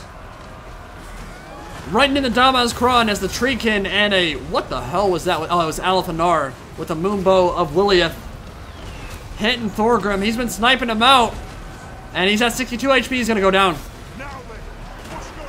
I don't think Thorgrim gets out of this alive. You're running the wrong way, man. Trees are not so good with motion, you know. Thorgrim just dropped. Alathanar sniped him out. And into melee alongside the Keepers of the Flame. Chasing after the Rune Lord. Treeman in a really good position. Put the nail in the coffin for the Dawi. If they can get a rear charge off here, their terror. So a lot of confusion in the dwarf's line. A big chain lightning going down. Gotta be careful though. That might go this way. That might jam quite a few Azur as well. Oh, it's going that way. Oh, it's doing some damage. Oh god. That was a nice chain lightning. And the Ancestral Shield Bearers. New unit in SFO for Clan Angrund. 106 weapon damage. That ain't half bad. Ghosts are fighting in the middle of the Dawi, rallying to their dead king. You're a bit late, guys. Thorgrim's already dead. On this side, Treeman in the thick of it. And Hack and Half Stonebeard with some Slayers fighting the Azur Spearmen. And Dwarfs will probably be able to win on this side, except for those Treemen. If they had, maybe if those flame cannons were still alive. Oh my god, oh my god, oh my god, oh my god. Oh, you went for the Rootsmith. Go for the Blob. Blob would have gotten absolutely destroyed by that. It's still relatively even. I mean, balance bar is in the favor of the High Elves for sure, but if these two went down, oh my god, he might be able to. Oh yes, Legendary Slayer chasing down this Treeman. 500 damage after one swing. Do it again. Down to 1300. Down to 800. Legendary Slayer is kicking ass for the Dawi. Kill that tree man. Bring it. Oh my god, it's mulching it. It's carving it like a lawnmower. Just cutting wood all day and night. The legendary slayer. No, no, chase it off. It's 63 HP. Can't let it live. My god, this is the most epic Dawi I've ever seen in my life. Gotrek would be proud. Kill the tree man ancient. Bring it down. Bring it down. The trees march to war. Saruman. A wizard should know better. Kill it. Yeah, 720 HP. God, that legendary slayer. He mulched 2 of those tree men. That was so sick. Pure Maiden Company and White Lions of Krace over on this side fighting the Peak Gate Guard. Hammerers up to 65 kills, and they're now into the Keepers of the Flame, who they'll be able to beat. No question about it. Phoenix Guard much better against your high HP single entities. Hammerers should be able to take that fight. More Runes of Wrath and Ruin going down. Definitely in the Azur's favor, but the Dwarfs are not out of this yet. Can maybe still take it. Yeah, this is so cool. This is so awesome. This is what Warhammer is all about, my friends. We got the legendary slayer, 6 kills now. Where does he want to go? Dude, go after these. Go right here. Yep, go around. Help your lord. Help out Belagar. Yeah, perfect. That's some good teamwork, guys. That's some good teamwork, Dawi. Go after the tree men. Get those big single entity monsters off the field. And if you do so, might be able to swing the bounce bar back in your favor. Giant Slayers have been on target all game long, getting mulched and pancaked by the trees. Not the trees! And they're starting to drop. They're up to 38 kills and destroying that tree man who is probably 2 or 3 attacks from death. Oh yes, he went down. Wow, that was cool. And that was a summon from the Rune Lord, actually, that might have killed him. Lightning arcing down and hitting that tree man in the face, splintering his face apart, and they are chasing after this one. Dude, all the tree men are getting wrecked. Balance bar shifting ever more. Oh, dude, I'm really dumb. Guys, I'm sorry. I've been reading that balance bar wrong the entire game, which is something that never happens to me. I always pride myself in that. Like, no, yeah, the high elves are losing, for sure. The dwarfs are winning. They've got this. They've got this in the bag at this point. I don't know why I was reading that wrong. But yeah, the high elves are losing, and their dragons and tree men are just getting swarmed by the dwarfs. And Larry in the wrong neighborhood for sure. Demon Slayers, Giant Slayers, and a Rune Lord, Belagar Ironhammer, all on top of her.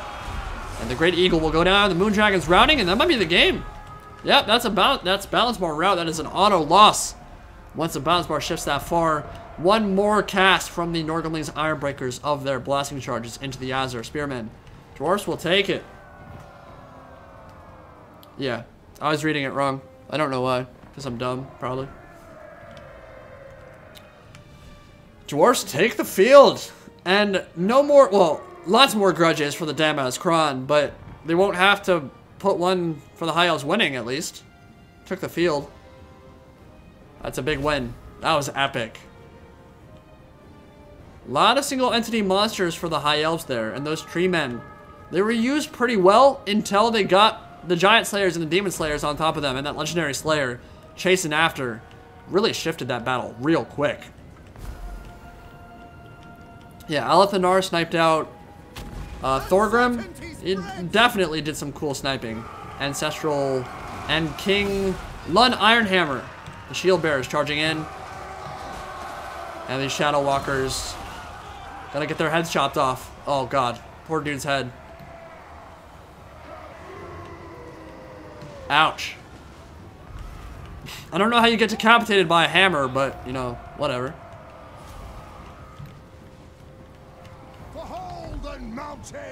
Althanar's just running around.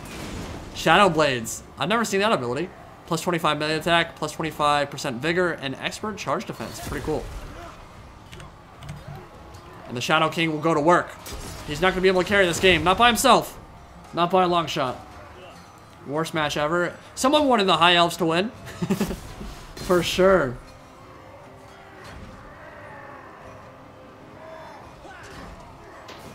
Oh, I love that animation. It's so cool.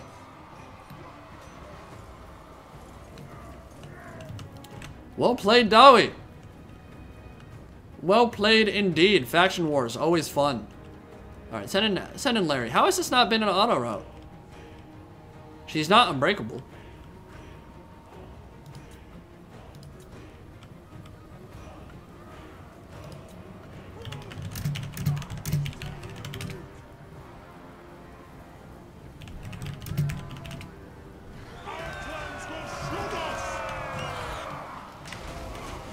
And Alariel the Everqueen, who has long been the most OP lord on the High Elves roster, will get put in an early grave.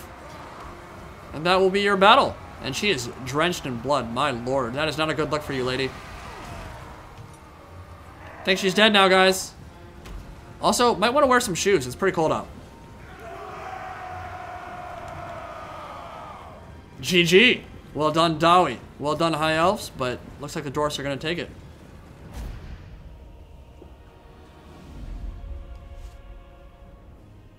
So that was a... See, that seems so strange to me. Monkey Puzzler. Awesome build. Super themey build. But why not put that final touch on it? Why not go the Slayer King? Why not get Ungrim Iron Fist with those Slayers? And your legendary Slayer right here. Man, he did so much work that battle. Only 7 kills, but some crazy good kills they were. So much work against that tree man.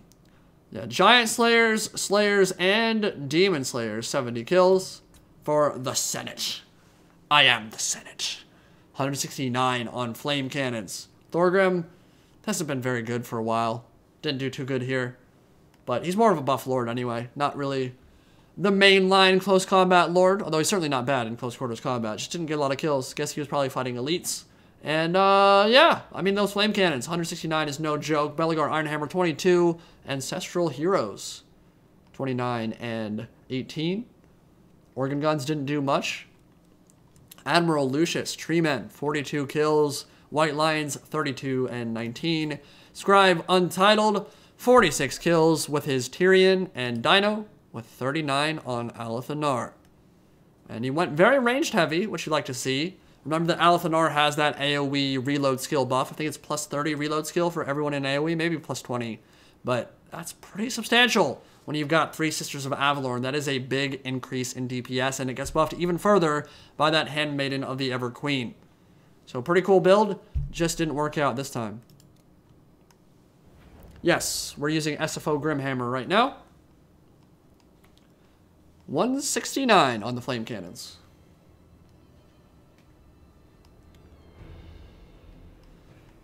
Again, thank you so much, guys, for coming out and supporting. We've had about 400 or 500 people on stream the entire day.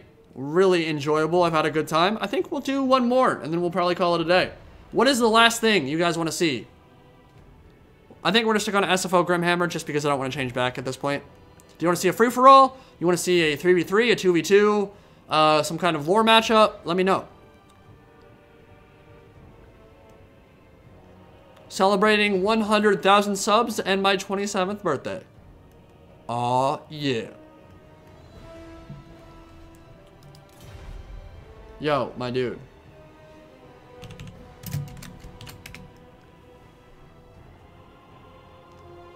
Female lords only free-for-all. Dude. Which female lords do you want?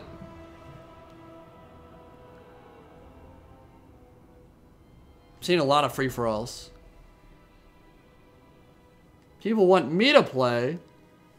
Yeah, we could probably do that.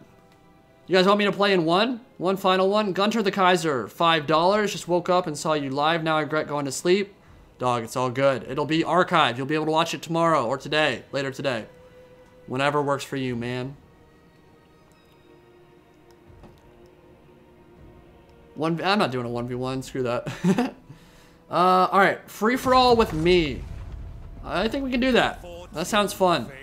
I'm gonna re-host in a free-for-all. And that will probably be the last battle of the stream, but I think this should be a good one. Succulent slash 101 will be the name of the game. Change it to free-for-all here. And what map do you guys want? What's a good one? We already did Warpstone Crater. Gonna go to Ultra. K-Man, C26 with the $5. Thank you so much for the support, my friend. I'll raise a beer for you tonight. I think we're gonna go with, what is this one? Lost Temple. That's a good one. It's hard to go wrong with that. Play Sigvald. I could. Fortune favors the infamous. Yeah, you know what? Let's do Trials of Tzeentch. I think that's the most fun. Are they in the game? Or are they lagging out?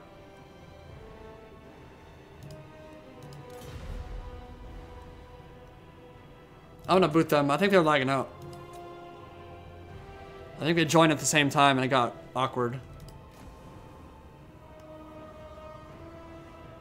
Yeah, I'll just rehost.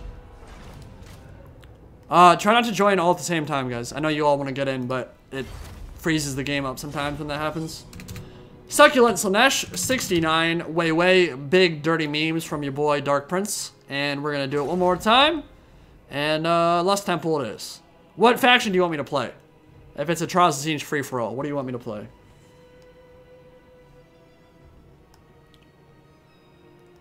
Sickly, Sinful, Spectacle, Stand, Shuffle, Shamble. I lost the rest. Tyler Doing, best Warhammer content creator this side of the warp. Thank you, my friend. Is there someone in the warp who's better than me? Who is it? I would love to know. Thank you for the support, my guy. Savage Orcs, Chaos, Wood Elves, Greenskins, Chaos, lots of Chaos, lots of Wood Elves, lots of Chaos. Beastmen, that's the first Beastmen I've seen, first Tomb Kings I've seen. Greenskins, right now Chaos is definitely winning. Fortune favors the infamous. I'm gonna shut it down in 5, 4, 3, it's Chaos. It's without a question Chaos. I'm kind of surprised. People really want to see some Chaos. All right, Trials of Tzeentch, let's go.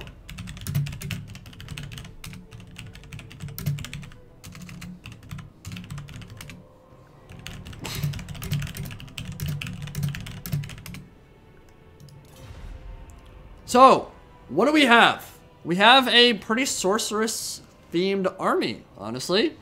A Chaos Sorcerer of the Lore of Metal, which Tzeentch Sorcerers can actually use, so that's pretty cool in and of itself. Got a leadership penalty when it gets in melee. Minus 12 leadership, that's no joke, that's pretty good. Got an Exalted Hero. Khorne Chosen Berserkers, that is a really cool unit. I'll make sure we get a good look at them. 2 Zealots of Change, not super happy about that, honestly. Pretty bad for front line. Actually, my front line is trash. I'm Chaos, and my front line is trash. That might be a problem. That might be a problem indeed. A Giant, a Hell Cannon, Chaos Spawn, Chaos Trolls, and Swords of Chaos. Okay, this might be pretty tough. I bet he's on foot, too. Yep, he is. Yep, he's on foot. Oh, my God. Tzeentch, you blessed me with your own chosen, and you didn't bless me with a good army. I have been forsaken by the changer of ways. Feels bad, man. That is a bad army. And that will be my excuse if I lose. Easy. Give me 1 second. I'm gonna go get water. It'll load, and I'll be right back.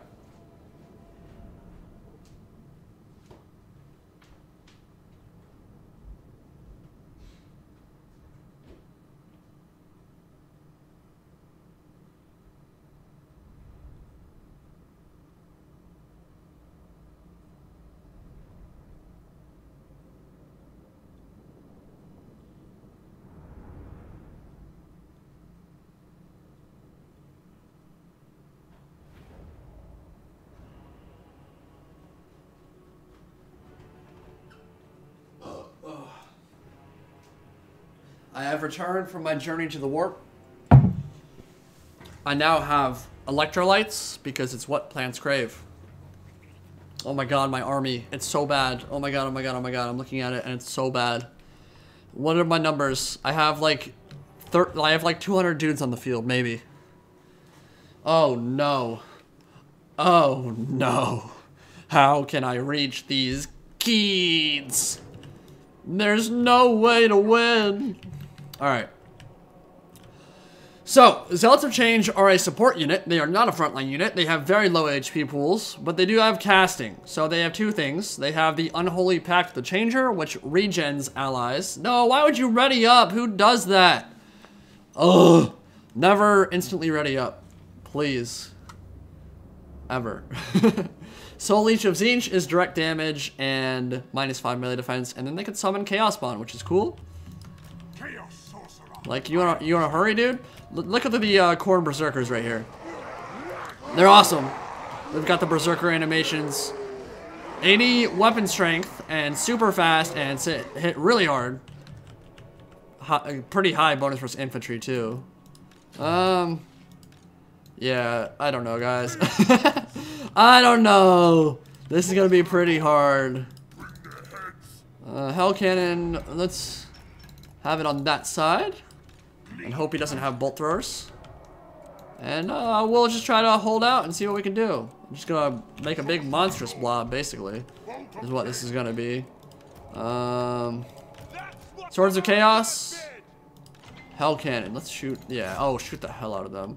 Now, I have something very fun in store for those Dark Elves. Oh, no, no, no, there's something coming from me right now. Get away from me, get away, get away, get away, get away. They're not gonna be able to do anything. That's not even gonna be worth it for them. Ah! Hell Cannon's gonna be fine. Oh yeah, that did so much damage. Alright. Sneaky Mounted Yeoman. Hello, Wardens of Montfort. Let's pull you guys back. Maybe do a little bit of skirmishing with them too. Run them off the field. Hell Cannon, get back on and start firing again, please. Alright, so they're coming. Dark Elf's coming for me.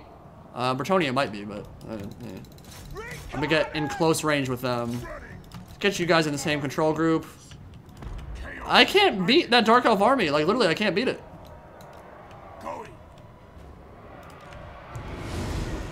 Ow. Alright, let's fight. Let's just kill all these harpies. Oh, those are Manticore Lords, too? We're going to Soul Leech of Tzeentch them. Kill off these harpies real quick. Hell Cannon's not going to be able to do anything. Let's pull you back. And you guys, get ready. Alright, they're terror routed at least. Let's reset. Keep firing. I'm not going to be able to do my... I wanted to do first-person shots with the Hell Cannon, but I'm not going to have time. Come at me, bro! Hell Cannon, you gotta fire. You gotta fire! It's the only way we win this game. You gotta do so much damage to them if we want to win this game. Giant can go first. Yeah, keep charging my trolls. That'll work out well for you, I'm sure. What could possibly go wrong with that plan? Those are Dark Riders and Doomfire Warlocks. Hell. Oh, wait, what? That's not AoE? That's weird. Alright, let's kill them all, eh? So here's the big issue I have right now, is that he has a bunch of AP on his front line, and I have like no way to actually kill those executioners. Like, I'm literally gonna get murdered in a melee fight. I can run away while Murderous Prowess is active, which is what I'm gonna do. But like, what the hell? What am I supposed to do? I can't fight him. I'll literally lose any melee fight I take. I'm gonna Soul Leech of Tzeentch. Alright, we just gotta go in. We just gotta go in. Exalted Hero and Giant and Hope, that's enough. And you guys, we're gonna summon some Chaos Bomb behind you. And then you guys move around. We're gonna get you in there. And we're gonna heal up our Giant. Get them healed. That could be pretty good. And let's final transmutation the blob and see if that helps. Maybe it'll help. Core Berserkers need to get in there too. Look at that. Yeah, my Zealots of Change died instantly. Literally instantly. Alright, let's get you around the flank. Swords of Chaos, where are you at? Alright, get you out. Oh no, we're getting pinned there. That's really bad. We're gonna Transmutation of Lead. Let's Plague of Rust them. And then Glittering Robe our Swords of Chaos and charge in from behind, and maybe we'll be able to hold on. This is brutal, dude. This is so brutal. They got a bunch of Dark Charge just shredding my stuff. Oh, it hurts. It hurts so bad. Use that. A bunch of cavalry coming in from behind. My giant is already dead because giants are trash in SFO and in vanilla. We are dying. We are dying horribly. I have no points. Rest in peace. Game is hard. Exalted hero. Kill this death hag. Kill her. Swords of Chaos actually kicking ass right now, but they're pinned. I mean, they can't move. Corn Berserkers can pop that, but this is... yeah, this is disastrous. That was probably one of the worst Trials of Tzeentch armies I've ever had in my life. My front line was literally one unit, the Corn Berserkers. Alright, these guys could regen though, so if we get up and around, we can maybe get some rear charges in. Maybe tie down those Creeping Dread. Get in there. I mean, we're not like completely out of it yet, but this is pretty miserable. Let's get Gehennas. You gotta cast it right now though. Oh yeah, it's gonna be a big daddy. That's gonna be a big daddy. And by big daddy, I mean it might get like 4 kills. Ah! Actually, that was a pretty good one. We didn't get into the back line, but it's too little too late. Giant's back. Maybe if we get a heal up on you. Get you around. Yeah, Corn Berserkers. Eat them. Eat them for dinner. Hey, maybe we're not completely dead. Chaos Spawn still rampaging. Corn Berserkers up to 52 kills. Keep the route going. Trolls coming out here. Giant coming back. Swords of Chaos came back too. Yeah, let's charge you. I'm a little wary of using my Lord out here on an island, but I need to get rid of those Bolt Fiends because they do a lot of damage. Alright, yeah, we can do that. We can do that. Let's do that. Slaughter them. Fight. I won't fail. Chaos reigns. Alright, we're gonna pull out because we don't want to keep the Swords of Chaos stuck in melee with them. I am not gonna catch those Bolt Fiends, but I can maybe do this. So what I'm gonna do is heal up all that and get you around. Get the Corn Berserkers around, and then we can maybe sandwich those Dark Shards. Maybe do a bit of dodging if he starts shooting at my Lord, which he might. Are we gonna actually win the 1v1? Oh yeah, we're killing his Executioners. That's big. What's going on the other side? Tomb Kings and Bretonia fighting. I think Tomb Kings look like they're gonna win that one. Okay. So we're gonna get you all the way around the flank. We cannot let those Dark Shards fire into us again. Giant on slivers of HP. One volley is gonna be enough to kill him. Nice. Wow, we can hit him from that far away. That's sick.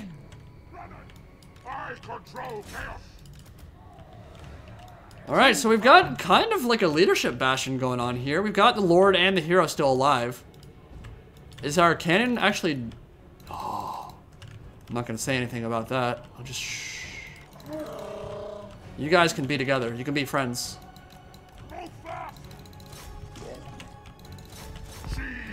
That is a Soul Blight, which won't help when I'm not actually in melee. Okay. Oh, God. That is a... Oh! Nice cast. Well done. Alright. Trolls, kill stuff. Oh, you routed. No. No, please. Oh, my God. Oh, my God. No, no, no. I see it. I see it. I see what he's doing. Look what he's trying to do. Don't let him. You have but one choice. You have but one choice. Finish them. Oh my God, turn. Fire, fire, fire, fire. Please. Fire. Yes. Route. That has to route. Yes, dude. Oh my God, that was so sick. That was so sick. All right, we gotta finish them off though. They're gonna come back if we don't shoot them. Okay, Dark Elf just routed off the field. This is maybe, possibly winnable. Probably not, but maybe. Get off the field, you douchebags. Get off the field! Get off the field!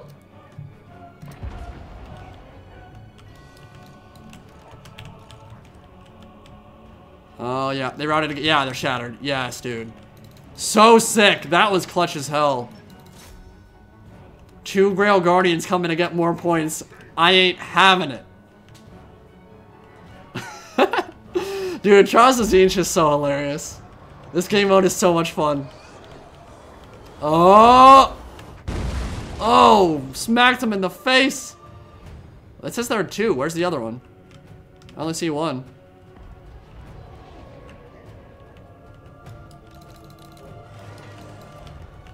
Yeah, I mean, I'm not in a rush at this point. Oh, there's a... There, no! That was hidden the whole time! Run. Run! My baby, my sweet baby. Run away. No! Please don't round on me.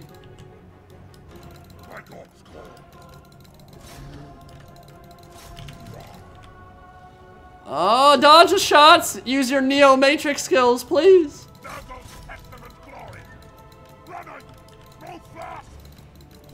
Oh, it's hurting. No! God dang it, the Dark Elves! Ruining all my fun! They're gone. No more Hell Cannon. Okay. So we are 4,000 points behind the leader. Most of that will be covered just by winning if we're the last guys standing. What does he have? A lot. Oh god. I can't beat that. Tomb Kings are gonna win for sure. Tomb Kings got this in the bag. They got a Khemrian War Sphinx and 2 full strength through Shabti.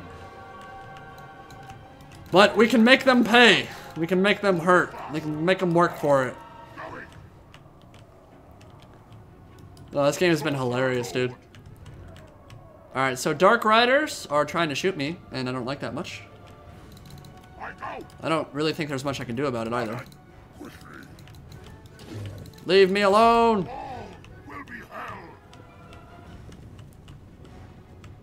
Dark Elves, we must defeat Dark Arrow. Would you like to work together against our common enemy? Let's be friends. Let's kill the Khemrian War Sphinx and the Tomb Kings. I'm using my stream powers. I'm using my YouTuber influencer powers to attack our common enemy. Those damn Tomb Kings. They're so hot right now. Yes, shoot the Khemrian War Sphinx. Kill it! Bring it down! Trolls. They're pissed off. Let's kill something with them. I should really be sitting still and resting for a minute. Run your Dark Riders away! Oh! Work together! Kill the Khemrian War Sphinx!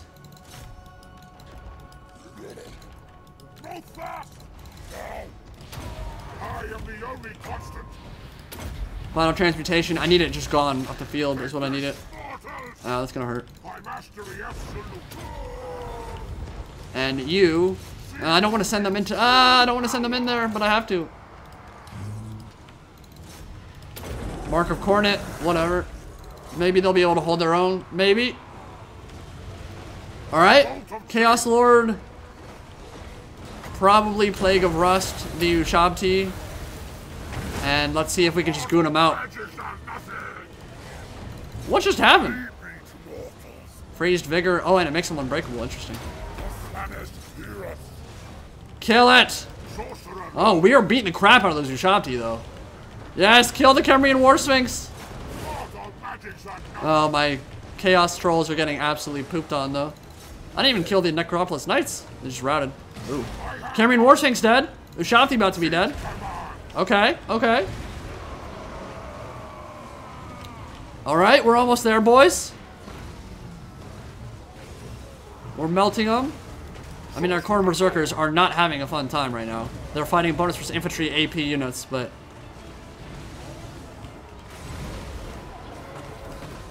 Is there anything I can cast or actually use here that would be beneficial? I don't know. Trolls are back. That's big. That's actually huge. Dude, no way are we going to win this game. Tomb Kings. You might have blown your load a little bit early there with the Khemrian Warsphinx. Sent it in without the support of the infantry. That could be an issue. Dude, we might be able to take this game. We might be the last one standing.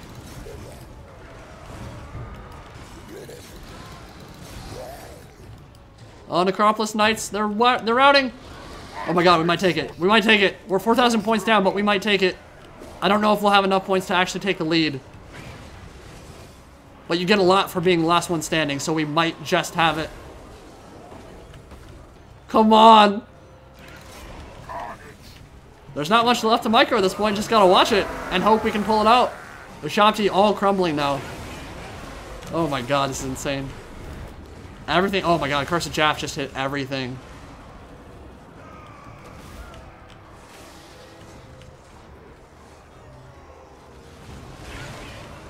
Liquid are doing it! Dude, this is gonna be so close. Dark Arrow might still win this. He's 3,300 points ahead. Consumed by chaos. Burn it. That's gonna be so close. I feel like Tomb Kings, if they had been a little bit more cautious in that fight, would have won this easy. Sorcerer of chaos. But it happens.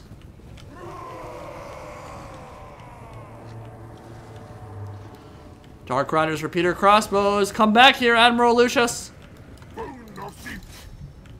Come back here. Alright, I'm not gonna chase you all around. Shoot what you want. How many ammo? How many shots? 3. Oh, 3. That's a lot of shots. They could actually do some serious damage with that. You actually maybe passed me if you just shot with those 3 volleys.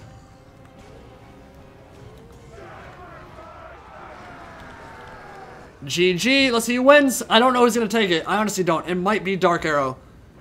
3,000 points. 3,100 points. I don't have much left. Oh, there's another unit left. Oh, the Grail Guardians in the Senate. He is the Senate. That's gonna be more points my way. Dude, you shouldn't have held on to those if you didn't want me to win. That's just gonna give me more points. Oh my god, they've got so much regen. Holy crap. They were at like at 80 or 150 health last time I saw them.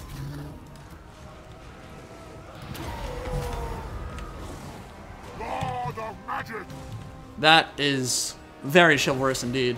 They just decapitated one of my corn berserkers. But can they really hold out against all this reckless hate? I'm not so sure. Patience from so. Patience from so. Yeah.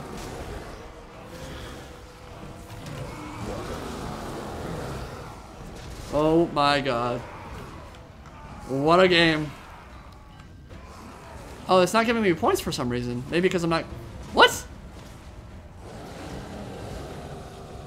My points aren't going up when I'm killing Grail Guardians. How does that work? It was 16,373 when it started, and I'm doing HP damage to both of them. How is that working? One died, and I didn't get points. What the hell's happening?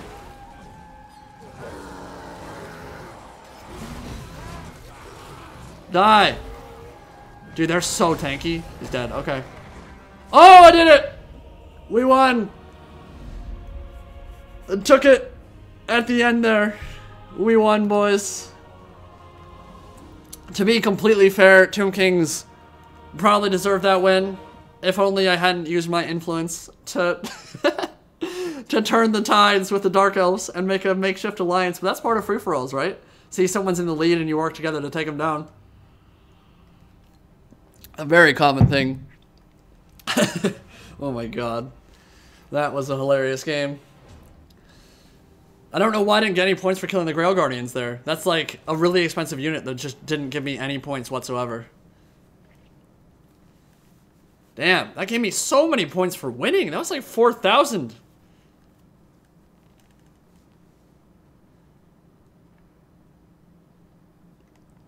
So, 34% remaining. Both my Lord and Hero survived. Corn Berserker's 104 kills. Pretty sexy. Chaos Giant got pooped on, as you'd expect when there are a bunch of Dark Shards on the field. Admiral Lucius played that 1v1 pretty well. He actually did a really good job with the Manticore Lord. So I don't know if you guys saw it, but I charged my Swords of Chaos into melee, and he waited until they were committed against the front ranks of the Executioners, who are AP, obviously, charges in from behind with the Manticore Lords and pins them, and I just can't cycle charge at all. It's a really nice move, and I lost my Swords of Chaos for not a whole lot of value because of that. Executioners actually didn't do very well for some reason, considering how bad my front line was. Dark Arrow. 251 on Katep. I missed that. Cambrian War Sphinx. Necro Serpents did well. The Senate. Grail Guardians. 110. And Knights of the Lionhearted 293. Holy crap. Hermit Knights 46. I don't even know what that unit is. Very close game. Hope you guys enjoyed it. I most certainly did. And, yeah, maybe regenerated HP doesn't give a point. That's possible. It's definitely possible. I don't know. But I didn't get the points for killing them either, which is the weird thing. Because, like, the regen points, like, yeah, maybe. But if I kill them, you think you get points for it. But maybe I did, and it just wasn't showing at the end there. Because, like, I got 4,000 points for winning, which is way more than you normally get. Anyway, thank you guys so much for coming out. Thank you very much for celebrating with me on my birthday. And for celebrating the 100K. It's a big, big milestone that I'm very proud of. And you guys have all been a part of it. So I really appreciate it. And all the donations and stuff have been awesome. One thing I do want to do before we bounce on out of here is read those alert box donations. So give me 1 second and see if I missed any. Yeah, Grim Soka in Total War Warhammer 3. What lord are you seeing, waiting to see done right? We covered that one. Thank you for the 20. Bat Cow, thank you for the 13. Sorry for not getting to the Mixu's Legendary Lords today. My voice just will not hold up. Cafefar was actually during the Shogun 2 one. So that was it for the donations that were not super chats. Hope you guys enjoyed. Sam MacArthur, happy birthday, bro. Have a good one. Thank you so much for the 20. And hope you guys enjoyed the stream. I had a really good time. SFO Grimhammer, fun mod, and of course Vanilla. Those free-for-alls were pretty insane too. So, in the next couple days, I'm not sure I have anything like specific planned quite yet. Definitely some more lore videos coming soon. More Mortal Kombat stuff. Noob Saibot reveal was super annoying. Hella annoying. Sci-Fi actually copyrighted anybody who used the Noob Saibot trailer because apparently they bought the rights to it. Which, like, okay, fair enough. You paid money for it, but really annoying. Like, you can't even, like, cover it in, like, a normal video. You can't, like, commentate over it. You still get copyrighted. It seems really stupid. But yeah, plenty of other Total War content. And of course, 3 Kingdoms coming out very soon, and the Lord Pack dropping sometime in April. So stick around. Lots of Total War, Mortal Kombat, and Vermintide content coming as soon as the Winds of Magic DLC, Beastmen DLC releases for that. Hope you guys enjoyed the stream. This will be archived and up in a couple of hours. I will see you next time. Indie Pride, signing out for now. Have a good one, guys.